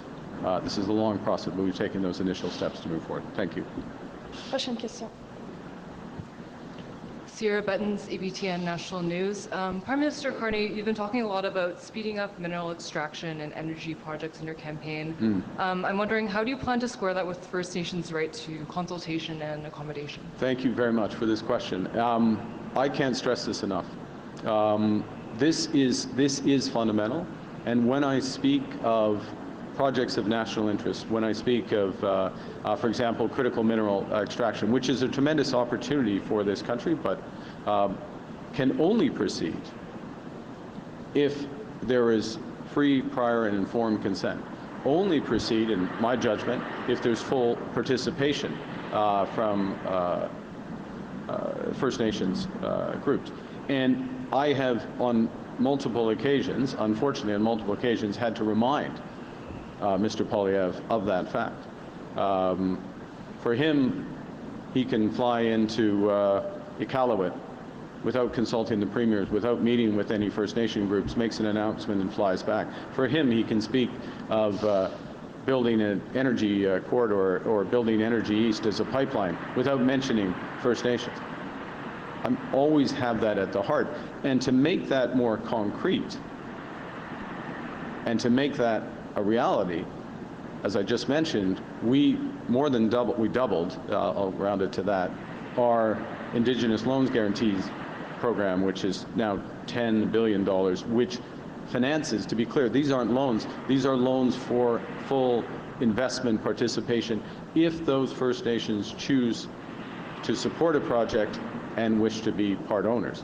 And we broadened it across from just whatever it was before, last point, from just energy across to a wide range of projects, which would include critical minerals. So it's there, but we're also putting it into action. Next question. Sorry. Glenn McGregor, City News. You mentioned the drop at the pump motorists are experiencing today. Are you convinced that is durable, that oil and gas companies are not going to take advantage of, I don't know if this is in your thesis or not, but inelasticity of the demand for gasoline? Are you concerned about that they may raise their prices again over time to make up for the drop in the carbon tax? And if so, what would you do about that? Well, okay, a couple of things. Thanks for raising this. It's incredibly important that Canadians are seeing that flow through of the drop in the price of the pump. It's important that the Competition Bureau, the competition authorities are very alert to ensuring what you're suggesting might happen or could happen doesn't happen, first point. Second point, we all know through long history that the price of gasoline at the pump also fluctuates with the price of oil around the world. So there will be some fluctuations in and around there. The third point, and I'll hand back to you, Glenn, is that what we said from the start was we will cancel the consumer carbon tax, which I did on my first day as Prime Minister. We recognize that there is also a rebate that comes with that carbon tax that gets people ahead. We kept the rebate in place for this. The rebate checks will show up later this month for people, as usual, even though the carbon tax is not being collected. We kept it in place to help with the transition so that if we are returned to government, our tax cut will be in place, which then more than makes up for the rebate. I'll hand back. On your affordability theme, you mentioned daycare, you mentioned dental care. I haven't heard you talk about pharmacare, and I know your party was kind of leveraged into this by the NDP. Are you committed, if you form government, to expanding that above and beyond diabetes and birth control medications for people who don't have employer plans or provincial plans? Committed, absolutely, to keeping what is in place. I think those broader judgments will take place in the. If there were to be an expansion, it's in the context of decisions around a range of priorities. But the core remains on pharmacare. And clearly, child care, dental care, the tax cut, the changes I've outlined. And I'm going to underscore one last time, hand to your colleague, the changes in housing. The ambition in housing is enormous. And the changes in housing in terms of the impact of an affordability in a few years will, for those who are buying houses, have the potential to more than triple the impact that's being seen. We'll take one last question. Okay. Bonjour, Monsieur Carney. Hélène Moka de la presse canadienne. La presse canadienne. I'd like to come back to Bill 96. U.S. companies have talked about their concern about having to translate into French.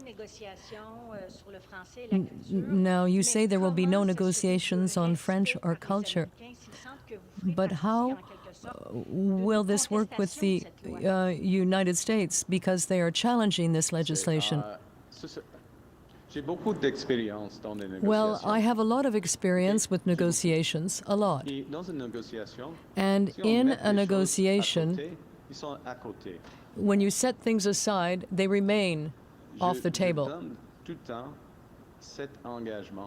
I have been making that commitment repeatedly. I'm setting aside French language and culture, supply management. I know how to negotiate. And I want this to be clear. Those things are off the table. Can you give us guarantees that the protection of French will never be challenged? Yes, I've just said so. That is my commitment. This is my personal commitment. And it's very important, so thank you for your question. It's very important, but I want to be absolutely clear that that's what I will do. Merci beaucoup. All right, everyone, we've been taking you live to Winnipeg, where Liberal Party leader Mark Carney has been making an announcement and also taking questions from reporters. He's been pushed on a few issues, including how he's going to manage those reciprocal tariffs that are set to come into effect tomorrow. We are now getting confirmation from the White House that the announcement, the official announcement about those tariffs, is going to take effect as of 4 p.m. Eastern time tomorrow, and CBC News will have special live coverage for you on that. But also he was challenged on some concerns around one of his candidates, Paul Chang, who has now dropped out of the race after making comments about handing over a Conservative candidate to the Chinese consulate so that the people could receive a bounty on that, and also concerns around allegations that he plagiarized his doctoral thesis. So lots to dive into. Let's go to CBC's Kate McKenna, who's been listening in again and joins us live from Ottawa. So, Kate, lots going on there in the past few minutes of taking that live. Where do you want to begin? Well, I think we should begin with something that's on the minds of lots of Canadians, which is this Donald Trump tariff threat. He was asked about what would happen or what Canada is set to do if Donald Trump does make good on that threat, as he seems to be prepared to do. And Mark Carney harkened back to last week when he spoke with Donald Trump on the phone. He said there were two commitments that came out of that phone call. One is that after the election, the two countries will begin comprehensive negotiations.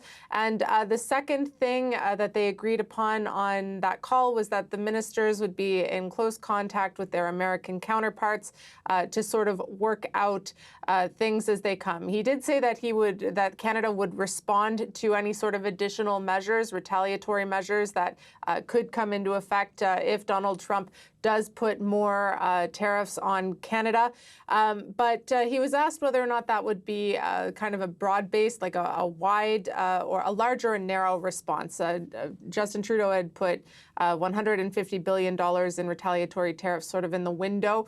Mark Carney said it's a good question and that Canada will be very deliberate in its response with the goal to have minimum impact on the Canadian economy and maximum impact on the American economy.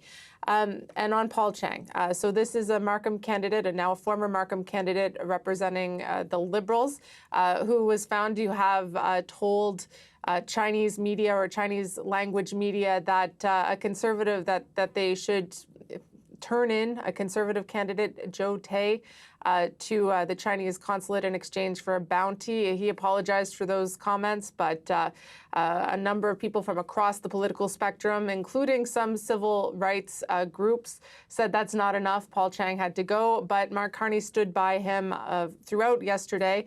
It wasn't until that evening that the RCMP said they were investigating Mr. Chang's comments, and then around midnight he said that he was going to bow out of the race. So Mark Carney was asked about that. He said he accepted his resignation. He agreed that the comments were deeply troubling and regrettable, and said they'll move on to look for a new candidate in Markham. We know the deadline for that is April 7th. So that was Mark Carney kind of responding to that. And I will also note that they essentially re-announced some of what they announced yesterday, basically their housing plan. That would see taxes cut and that sort of thing, possibly in part because yesterday they lost the day because they were spending it talking about these deeply inappropriate comments from Paul Chang. So that's kind of his response to that. There were a couple other little things I'd like to flag today. Of course, is the end of the consumer carbon tax, according to Mark Carney. He said that Canadians can expect to see gas being quite a bit cheaper. But it was quite striking to hear him describe what's happening as a tax cut. Because for years now, Liberals have been saying, well, Canadians actually make more money in rebates from the consumer carbon tax than they pay for it. But here, a Liberal leader reframing that by saying, actually, by cutting the carbon tax, Canadians will be saving money. So that was a little bit whiplash-inducing, but he defended it, saying, you know, it's not working, and that Canadians didn't want it anymore. And as a pragmatist, he had to react to that. CBC's Kate McKenna with all the details. Thank you so much, Kate. You're welcome. All right, folks, and as I mentioned, let's share once again that programming note with you. Donald Trump is set to announce his tariff plans tomorrow at 4 p.m. Eastern. We are going to have special coverage for you right here on CBC News Network, beginning an hour earlier at 3 p.m. Eastern. That's noon on the West Coast, and it's news on the West Coast. It's going to be hosted by Chief Correspondent Adrienne Arsenault, and she'll be joined by Chief Political Correspondent Rosemary Barton and Power and Politics host David Cochran. You can also watch it wherever you stream CBC News, and we'll be back in just a moment.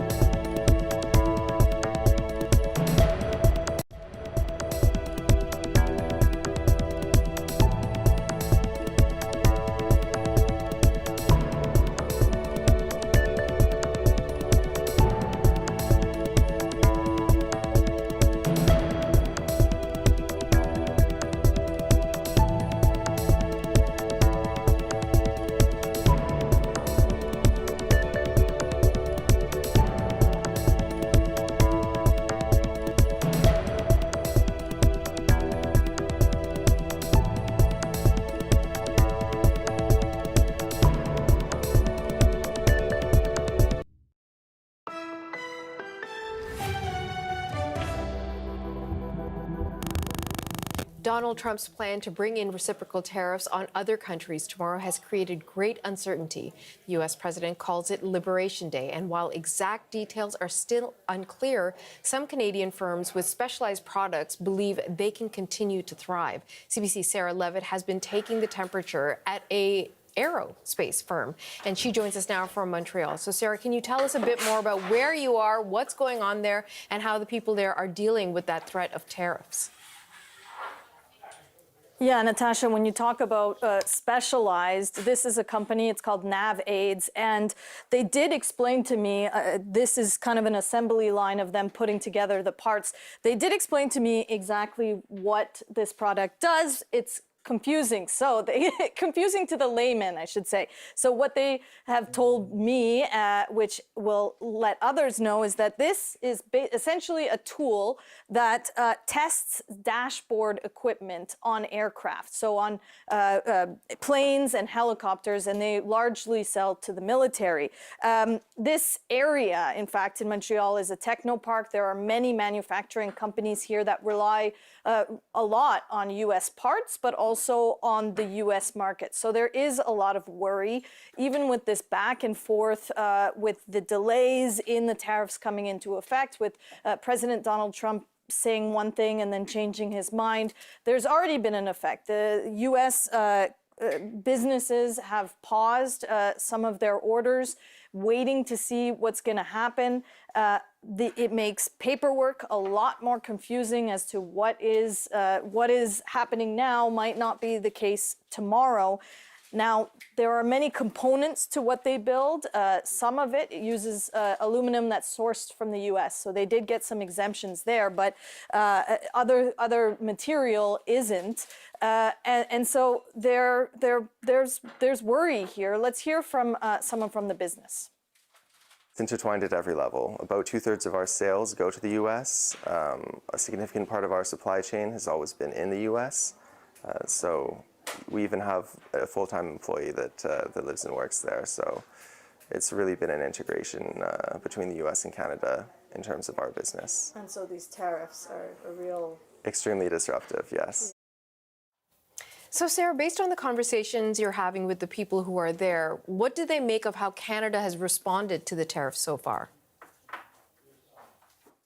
Well, we just heard from Max there, and he was telling me that, that he understands that there's a need for Canada and the federal government to respond to these tariffs from the U.S. And if that means tariffs on our side, then so be it. And he said it's important to stand up to what the Trump administration is essentially doing.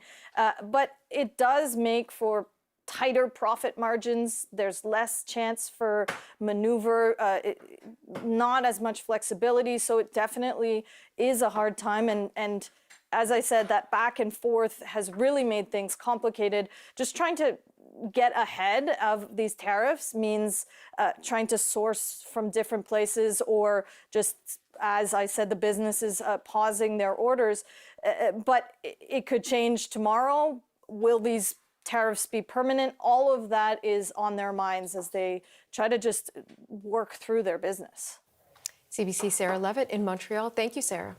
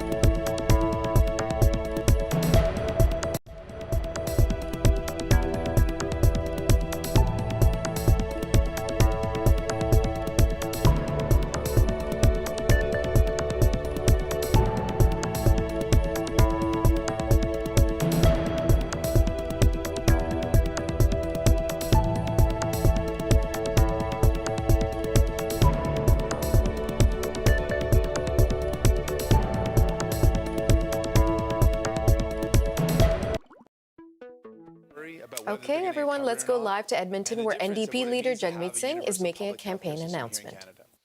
And the reason why we wanted to share Penny's story today is because our healthcare system is under attack. We are in a deep crisis. The healthcare that we have today is not something that happened by chance. We had to fight for it. Tommy Douglas fought tooth and nail with Canadians to say everyone in our country deserves the best quality care. It shouldn't matter how much you earn or what's in your bank account. Everybody should get the best quality care. That was the dream of Tommy Douglas.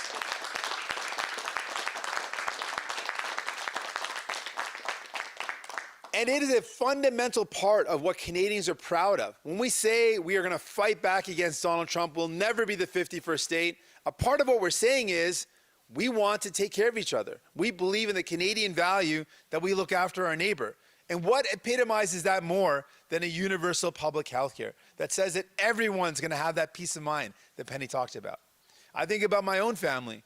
My dad struggled with an illness, and he struggled with an addiction, and he would not be here today but for the fact that there was a publicly funded rehab center, a part of our public healthcare system, that saved his life. My dad is here today because of that.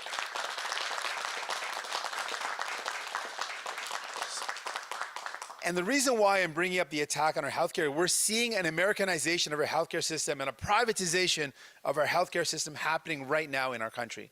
And then on top of that, we have the threats of Donald Trump. In the last negotiations with Donald Trump, he attacked our healthcare system by going after medication prices.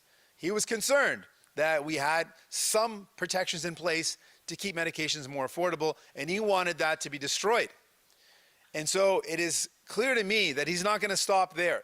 He's not going to stop at medication. He's going to come after our public healthcare system because there's profit to be made.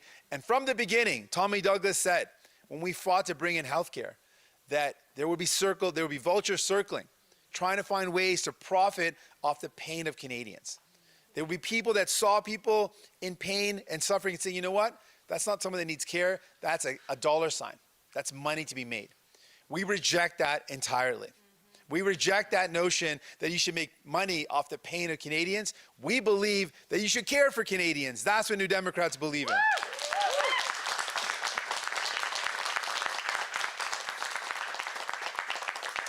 So we are seeing, this is ground zero.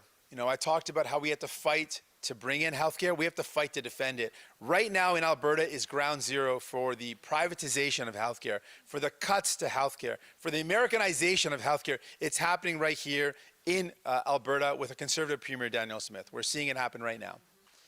And so what are the options for Canadians who are saying, you know, I don't want that?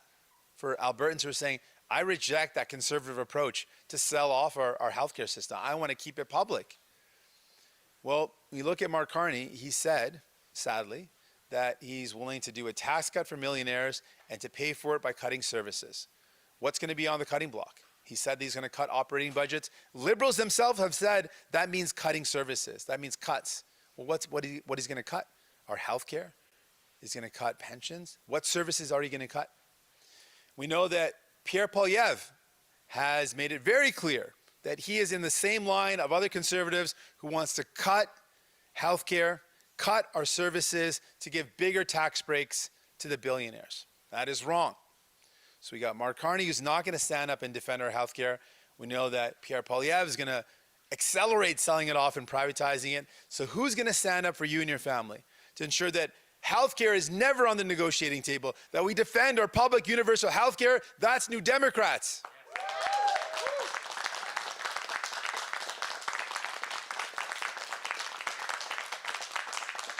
So that's why I'm announcing today our plan to fight back against privatization. It's a real threat, and we've got to fight back against it. We've got to fight back against the threat of Donald Trump as well. So here's our plan to fight back. First and foremost, universal public health care will never be on the negotiating table with New Democrats in Ottawa. We will never let that happen. Never. Never let that happen. We are also going to ban U.S. companies from buying any healthcare facility in our country. Hands off our country. Hands off.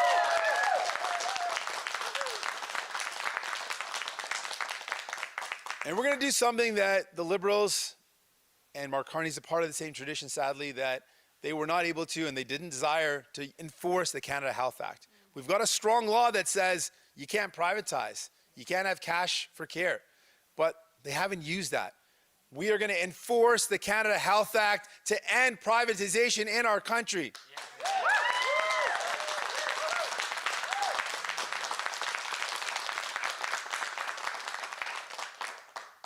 And finally, we know in this difficult time when folks are really worried about the threats to our healthcare system, I want Canadians to know that we are going to fight with every ounce of our being, with every fiber of our being, to keep our healthcare system not just universal and public, but also to strengthen it, to improve it, because Canadians are worried that the care that they need is taking so long. So my commitment to you as a New Democrats, you elect New Democrats, we're going to go to Ottawa and fight to make sure our healthcare system is stronger, that you can get the care you need faster. We're going to be there for you.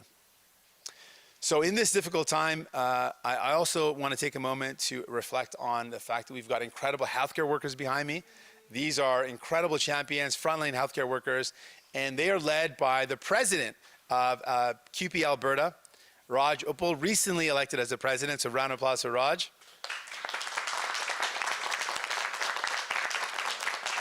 I'm gonna invite the president of CUPE Alberta to say some words in relation to the plight that our healthcare system's up against and the plight that workers are up against. Raj, so honored to have you here. Please take the stage. Hello, everyone. So here in Alberta, we're proud Canadians. And in Canada, we believe that healthcare should be based on your needs, not on the size of your wallet. Public healthcare is a core part of who we are, and it's something that we're proud of. But right now, it's under attack. The UCP government is pushing for more and more privatization into our healthcare system, funneling public dollars into private clinics that then turn around and charge Albertans as out-of-pocket. It's triple dipping. Taxpayer dollars, money, weakening public services. All right, friends, we'll continue to listen in to the comments being made in Edmonton at that NDP campaign event. We just heard from NDP Leader Jagmeet Singh. We'll go back once the questions and answers begin. But we're hearing from the NDP leader. He is emphasizing the NDP's commitment to universal health care in this country. He went on to say that President Trump has attacked Canada's public health care system, and that if an NDP government were elected, that our healthcare system would not be on the negotiating table in any way, and that they would strengthen and enforce the Canada Health Act, something they say the Liberal government that has been in place for the past 9 years has not done an effective job at this point. Let's turn once again to CBC's Kate McKenna joining us from Ottawa. So, Kate, we might have to jump out of this conversation if the questions and answers begin, but I'm not hearing anything in terms of substantial things they're going to do, just a commitment to the healthcare system. I wonder what your takeaway is. Well, I've already heard from both the Liberal and the Conservative campaigns who say that they are also committed to maintaining the health transfers that currently exist, healthcare being a predominantly provincial jurisdiction, right? So Ottawa's role is kind of negotiating and sending money to the provinces, and the provinces then implement the healthcare that they think is appropriate or good. The thing about Jagmeet Singh's promise to enforce Canada Health Act, that would be, in his view, to stop any move to privatization, to privatize the healthcare system at all. It was short on specifics of how they would do that. I know from other research, one thing that could be done would be withholding transfers unless provinces were not in alignment with the Canada Health Act. Obviously, that is a politically difficult position because you would essentially be holding back money from provinces that they need for their health care. He didn't say how he would do it. He just said that he would do it. And of course, public health care is the bedrock, or one of the bedrocks, of New Democrats in Canada. He invoked Tommy Douglas. Some have called him the godfather of public health care. And he also took this opportunity to highlight some of what the New Democrats pushed for when they were in the confidence and supply agreement with the Liberals in recent months. They pushed for dental care. That has been partially implemented. They pushed for pharmacare. That, too, has been partially implemented. And we did hear from the first time from Mark Carney, the Liberal leader, who said that he would not all of the things that Canada has already committed to, he will not take away. So that is a feather in the cap for the NDP when they look back on the record that they've had over the last few months. Kate, let me jump in there because we're going to go back and get the questions and answers with NDP Leader Jagmeet Singh. Will never be for sale. New Democrats will ensure that.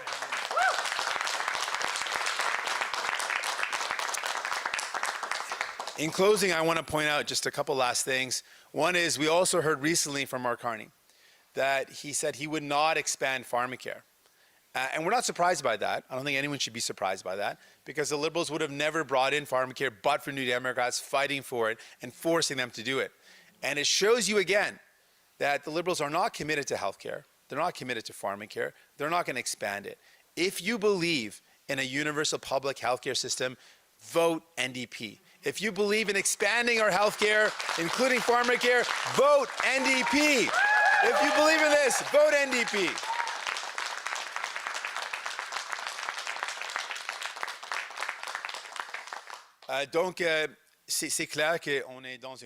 So it's clear that we're in a healthcare crisis right now, and this is the case across the country. And also, we are seeing the threats from Donald Trump. He previously threatened us with respect to our pharmacare system, which reduces the price of medications, making them less than in the U.S. So he attacked that program in the last negotiations. So it's clear to me that he will continue to attack our healthcare system, and he will target the need to profit from our healthcare system.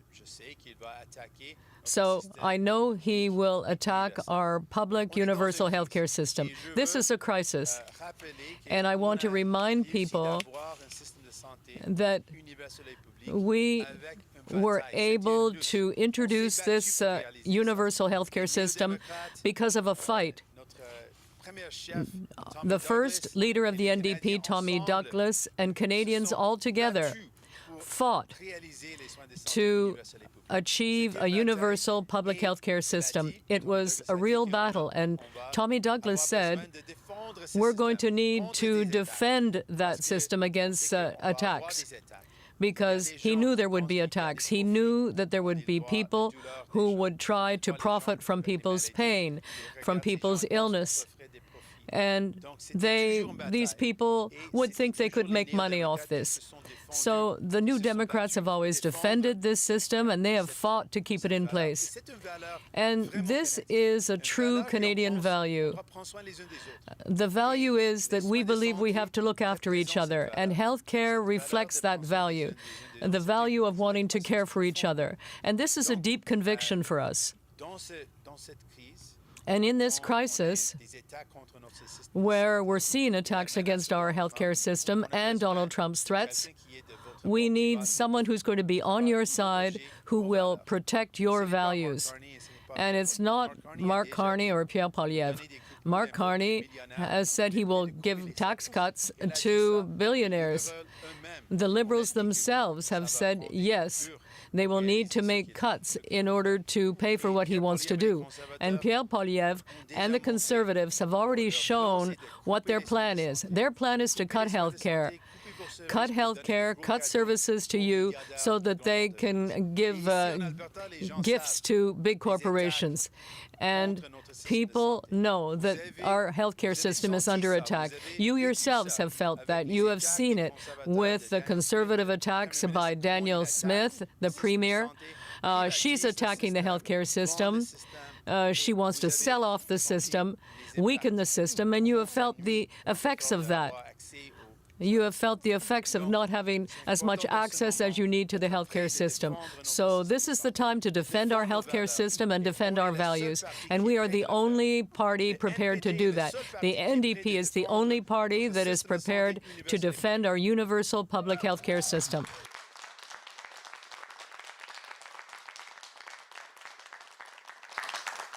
Mark Carney, has just said that he will not expand the pharmacare system, and that's not surprising. The Liberals would never have brought it in. It was New Democrats that forced the government to do so. And if you want to see that pharmacare system expanded, you need the NDP. The Liberals will never do it. You need the NDP that will expand the system. And finally, I have a message that I want to send directly to Premier Legault. I want to be a partner to Quebec. I want to be an ally to Quebec. But a good ally and a good partner also says something when things are not working. This is no time to be cutting health care. This is no time to be privatizing our health care system. And it's clear that right now we should be strengthening that system. Privatization does not work. It doesn't work.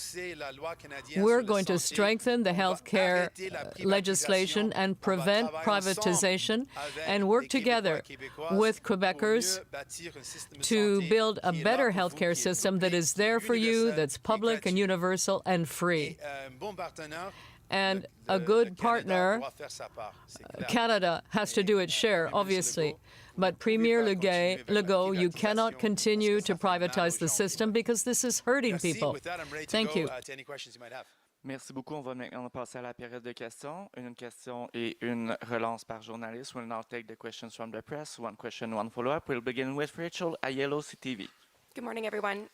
Just specifically on today's announcement, can you be explicit and clarify how you intend to jurisdictionally, legally move forward with this promise to ban American corporations from buying up Canadian facilities? Yeah, so there's lots of ways we can put in place those type of protections. This is similar to how you defend a country against foreign takeovers when there's increased inflation, when there's our dollar is depressed. There's also the same desire that companies want to come in and buy up our companies. Foreign companies look at opportunities to buy up Canada. In those circumstances, there's laws we can put in place to protect us against foreign takeovers, to keep Canadian businesses Canadian. So similarly, when it comes to our healthcare assets, I'm saying I'm going to put in place protections to ensure that foreign companies, particularly American companies in this case, can't come in and buy up our healthcare assets. Souvent, les pays often countries that are under threat from foreign companies put in place protections to put a stop to that, laws and rules that can protect them against this. And I want to do the same thing to ensure that we will not allow U.S. corporations to buy Canadian healthcare facilities. And as a follow-up, both the Liberals and Conservatives have now had candidate controversies. Has the NDP had to drop any candidates so far in this race? And what do you make of how Carney and Poilievre handled their respective situations? So far, we have not had any circumstances,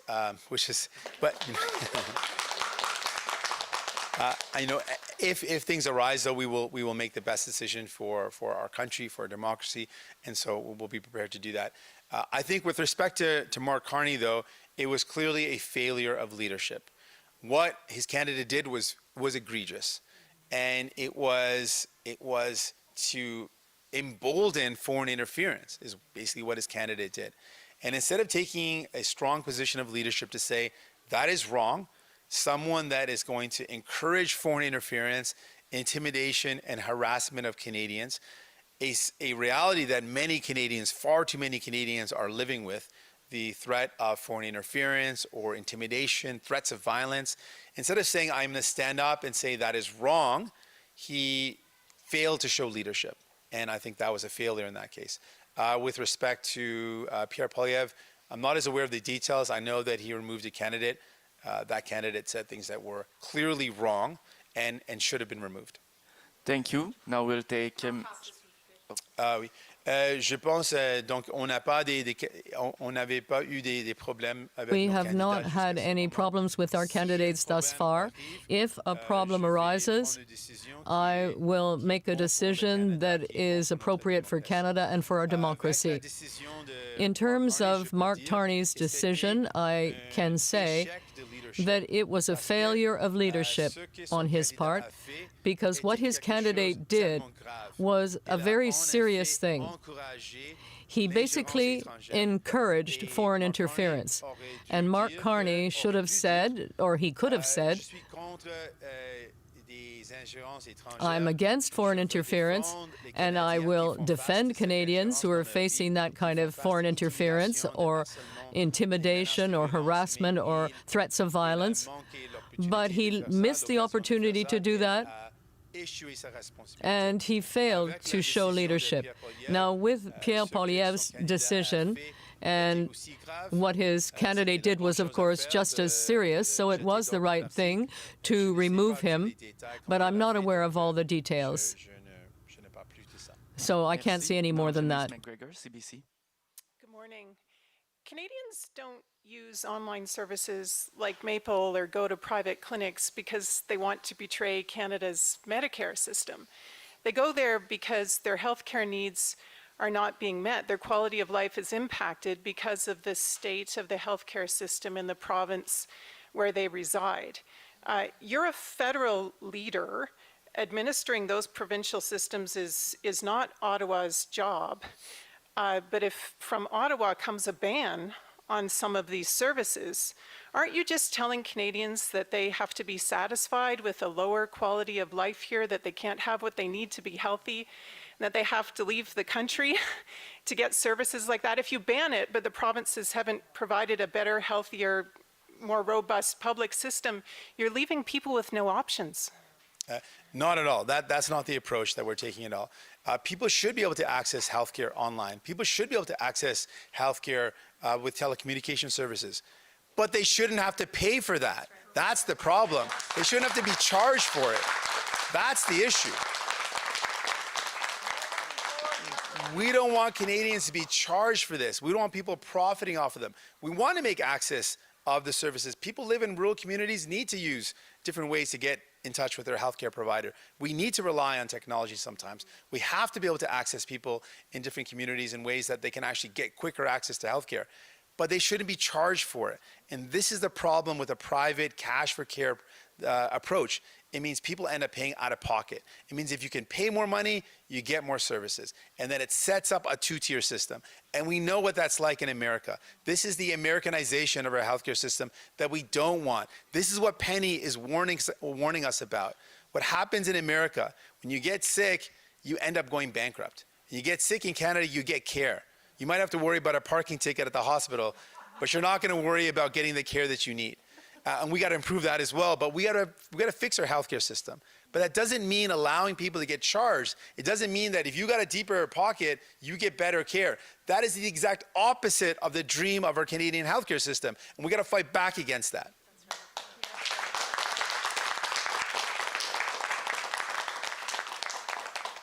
April 1st is the end of the federal carbon tax, something New Democrats support. But what's to stop oil and gas companies, for example, the price at the pump? What proof do you have that that's going to actually go down now? If I'm running a gas company, couldn't I say, well, the market has proven they're willing to pay a higher price and just take more profit in the space that used to be the carbon tax available as public revenues? What proof do you have that things get more affordable after today? This is a great question. This is why we've been saying for a long time, price gouging is a major problem. When the cost of living continues to rise, we're seeing it's because of price gouging. We're seeing more and more when it comes to groceries, the cost of your gas, the cost of your oil. It is huge companies that say, you know what, I can actually make more money off these folks. I can squeeze them for more. We see it all the time when it comes to the winter gas and the summer gas. There's no justification for that. But oil and gas companies jack up the cost of your gas massively every time they switch gas. And it's actually not a cost to them that's justified. They just do it because they know they can actually get more money out of you. So this is exactly what we're saying to Canadians.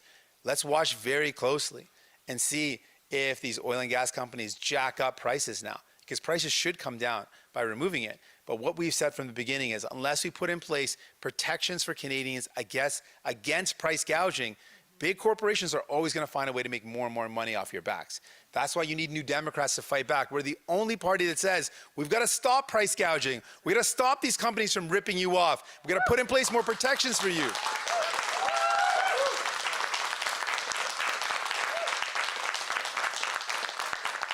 Thank you. Maintenant, on va prendre la question de Juliane Lapointe, Radio-Canada. Bonjour, Monsieur Singh. Hello, Mr. Singh. The U.S. administration says law of 96 is a barrier to trade with Canada. Are you pledging to protect that legislation in any future negotiations? Yes, absolutely, and I've said this in the past. Last week, I said that I have concerns about Donald Trump attacking Quebec culture and the French language. I said that already, and now that has been clearly stated. So this is something, I mean, we're concerned about this. And we also have concerns about Mark Carney saying he wants to challenge that bill, that law. And I have said that I am in favor of Bill 96 to defend the French language in Quebec. So with New Democrats, if you want someone who's truly an ally, who will protect the culture and language of Quebec, and that it will never be on the bargaining table, that is the NDP. We have said before that Donald Trump was going to attack the French language and Quebec culture. I said that earlier in the past week, that this is something I'm worried about. And now he's come out directly and said it. He's going to attack the French language in Quebec. We also have Mark Carney, who said that he is, I think he's been a bit flip-flop on this, but he said he's opposed to Bill 96. I've said Bill 96 is about protecting French language, and I support it. And so if you want someone that's going to stand up and defend your language rights in Quebec, New Democrats are committed to doing that. Vous avez lancé un message à Monsieur Legault. You sent a message to Mr. Legault, and yet healthcare is an area of provincial jurisdiction. How far will you go to tell Quebecers that you don't agree with that? And do you think it's right to intervene in Quebec's jurisdiction? We have a Canadian Healthcare Act, and it sets out certain principles. And one of those principles, or some of those principles, are that our healthcare system must be public and universal. So I want to strengthen that Canadian legislation because I think Quebecers don't like the fact that public money is going into the pockets of private companies rather than being used to care people. And we know what the result of that is. We're giving more money to private companies, and that is harming our healthcare system. It's harming the quality of care that's available. And we've seen this a number of times. We have a lot of evidence showing that with private care, it's not the same quality. It's more money in the pockets of big companies, but less care for you. And as a good ally, as a good partner, I want to work with Quebec. But I also want to say what I have to say when it doesn't work. I'm not just going to sit back and watch while they do something that harms Quebecers. And privatization will do that. Sure, yeah. We have a law, the Canada Health Act, that establishes principles that we believe in when it comes to healthcare. And some of those principles include universal care and public care. And I want to be a good ally with all provinces and with the province of Quebec. But being a good ally and being a good partner also means calling someone out when something's not working. And we know that private care, privatization is bad for healthcare. Private care means more money in the pockets of a big corporation, but means worse care for people. And we've seen many examples of that. We've seen it in long-term care, where private healthcare, where private delivery of care had the worst outcomes, and public and not-for-profit had much better outcomes. We know that private care is great for a CEO, it's bad for people. And so I'm going to enforce the Canada Health Act and ensure that we're delivering public care. I believe the people of Quebec don't want to see their public money, their hard-earned money going to a private company. They want to see it going to the best quality care for the people that live in their communities. Thank you very much. Now, David Turton, CBC.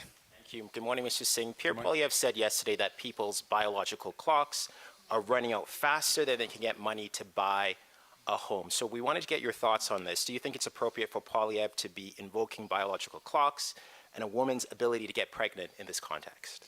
I don't think any woman wants to hear Pierre Poilievre talking about their body, period.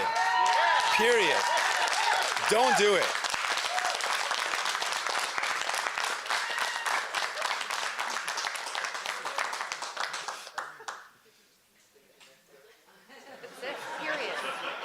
That's the line there, folks.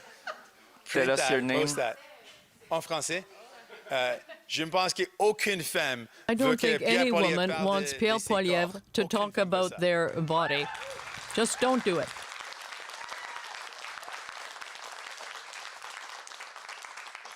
Next question, your name and your media, please. Wallace Snowden, CBC News. The NDP is up against some major challenges, no doubt, across the country in this election, expected to lose seats across many ridings, but experts are saying you may buck that trend in Alberta and in Edmonton specifically. So how are you expecting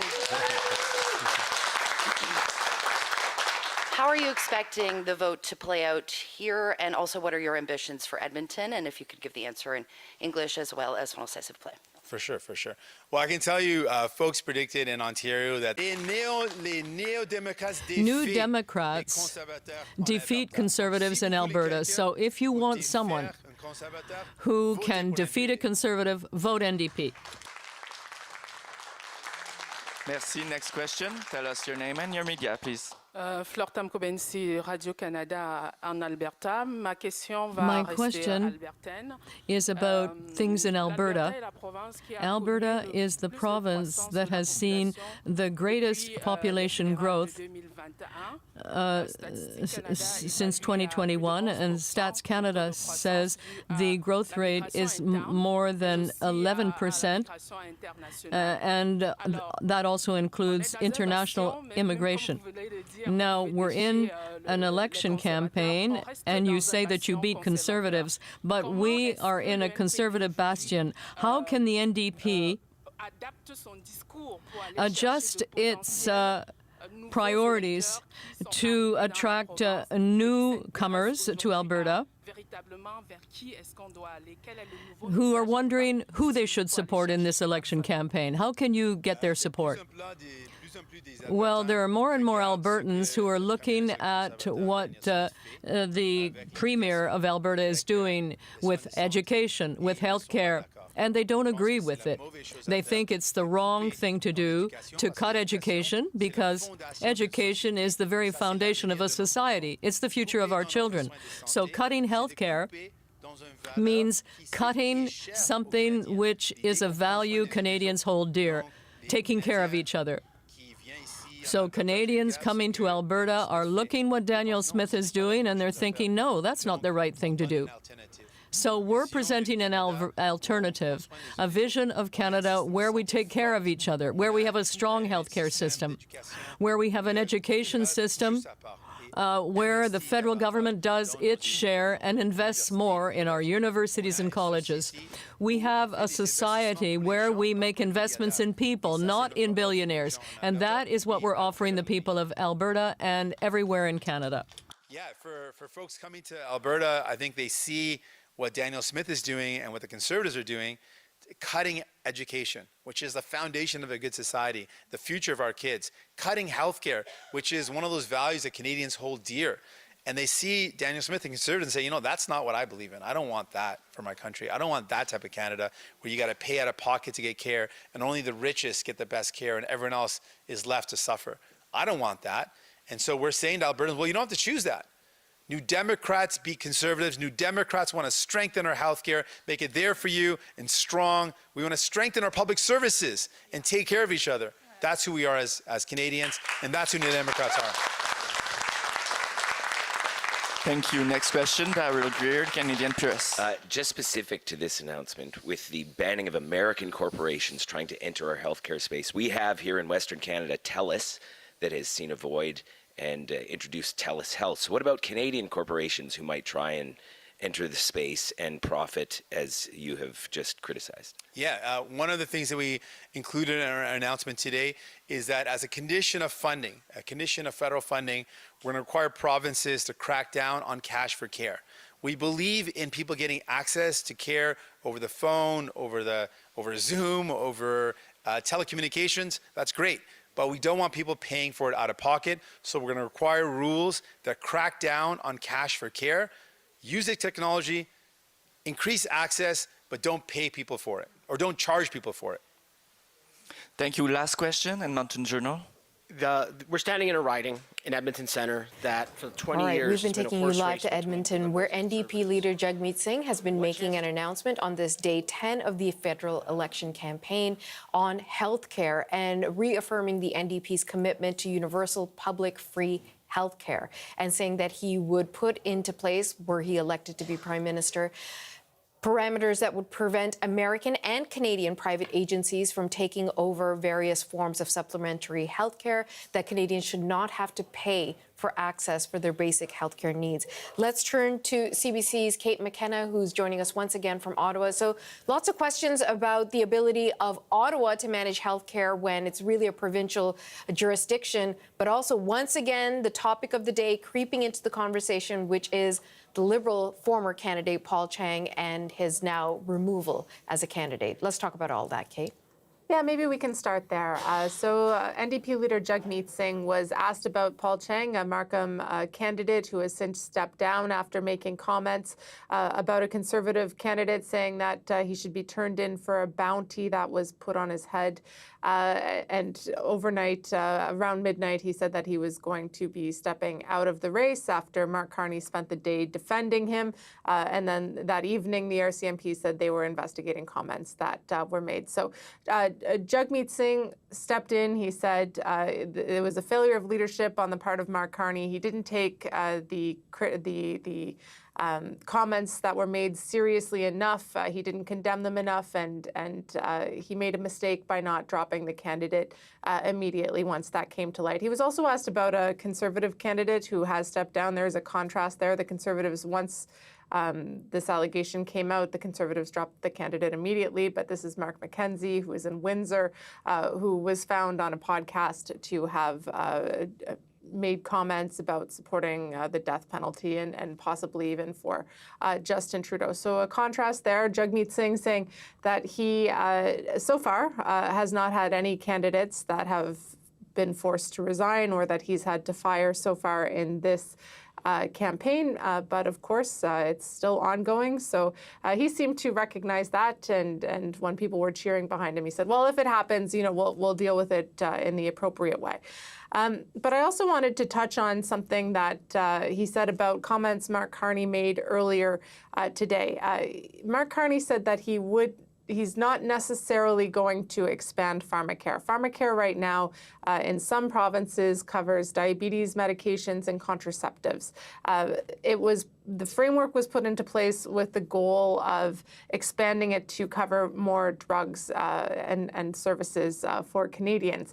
But Mark Carney did not commit to taking it further than that, saying that any future conversations or any future expansion would have to be part of a conversation. Jagmeet Singh seized on that, saying that the NDP is the party that supports pharmacare. We can recall that the framework for pharmacare came into place because it was one of the conditions of the confidence and supply agreement that kept the Liberals in power for so long with the support of the NDP. So he's really positioning himself as the candidate or the best political party leader to ensure that public free healthcare continues in Canada. And he also made a pitch to people in Alberta, which is where he is, saying in Alberta, NDP candidates are the ones who beat Conservatives. He's in Edmonton. There are 2 NDP MPs in Edmonton. He was asked once again about polling numbers, poor polling numbers, and he said, well, we had poor polling numbers in Ontario too, and the NDP are still the official opposition. So he made his pitch to Albertans, and we'll be watching to see if they can maintain their 2 seats in Alberta and perhaps even expand them. Okay, CBC's Kate McKenna in Ottawa. Thank you, Kate. You're welcome.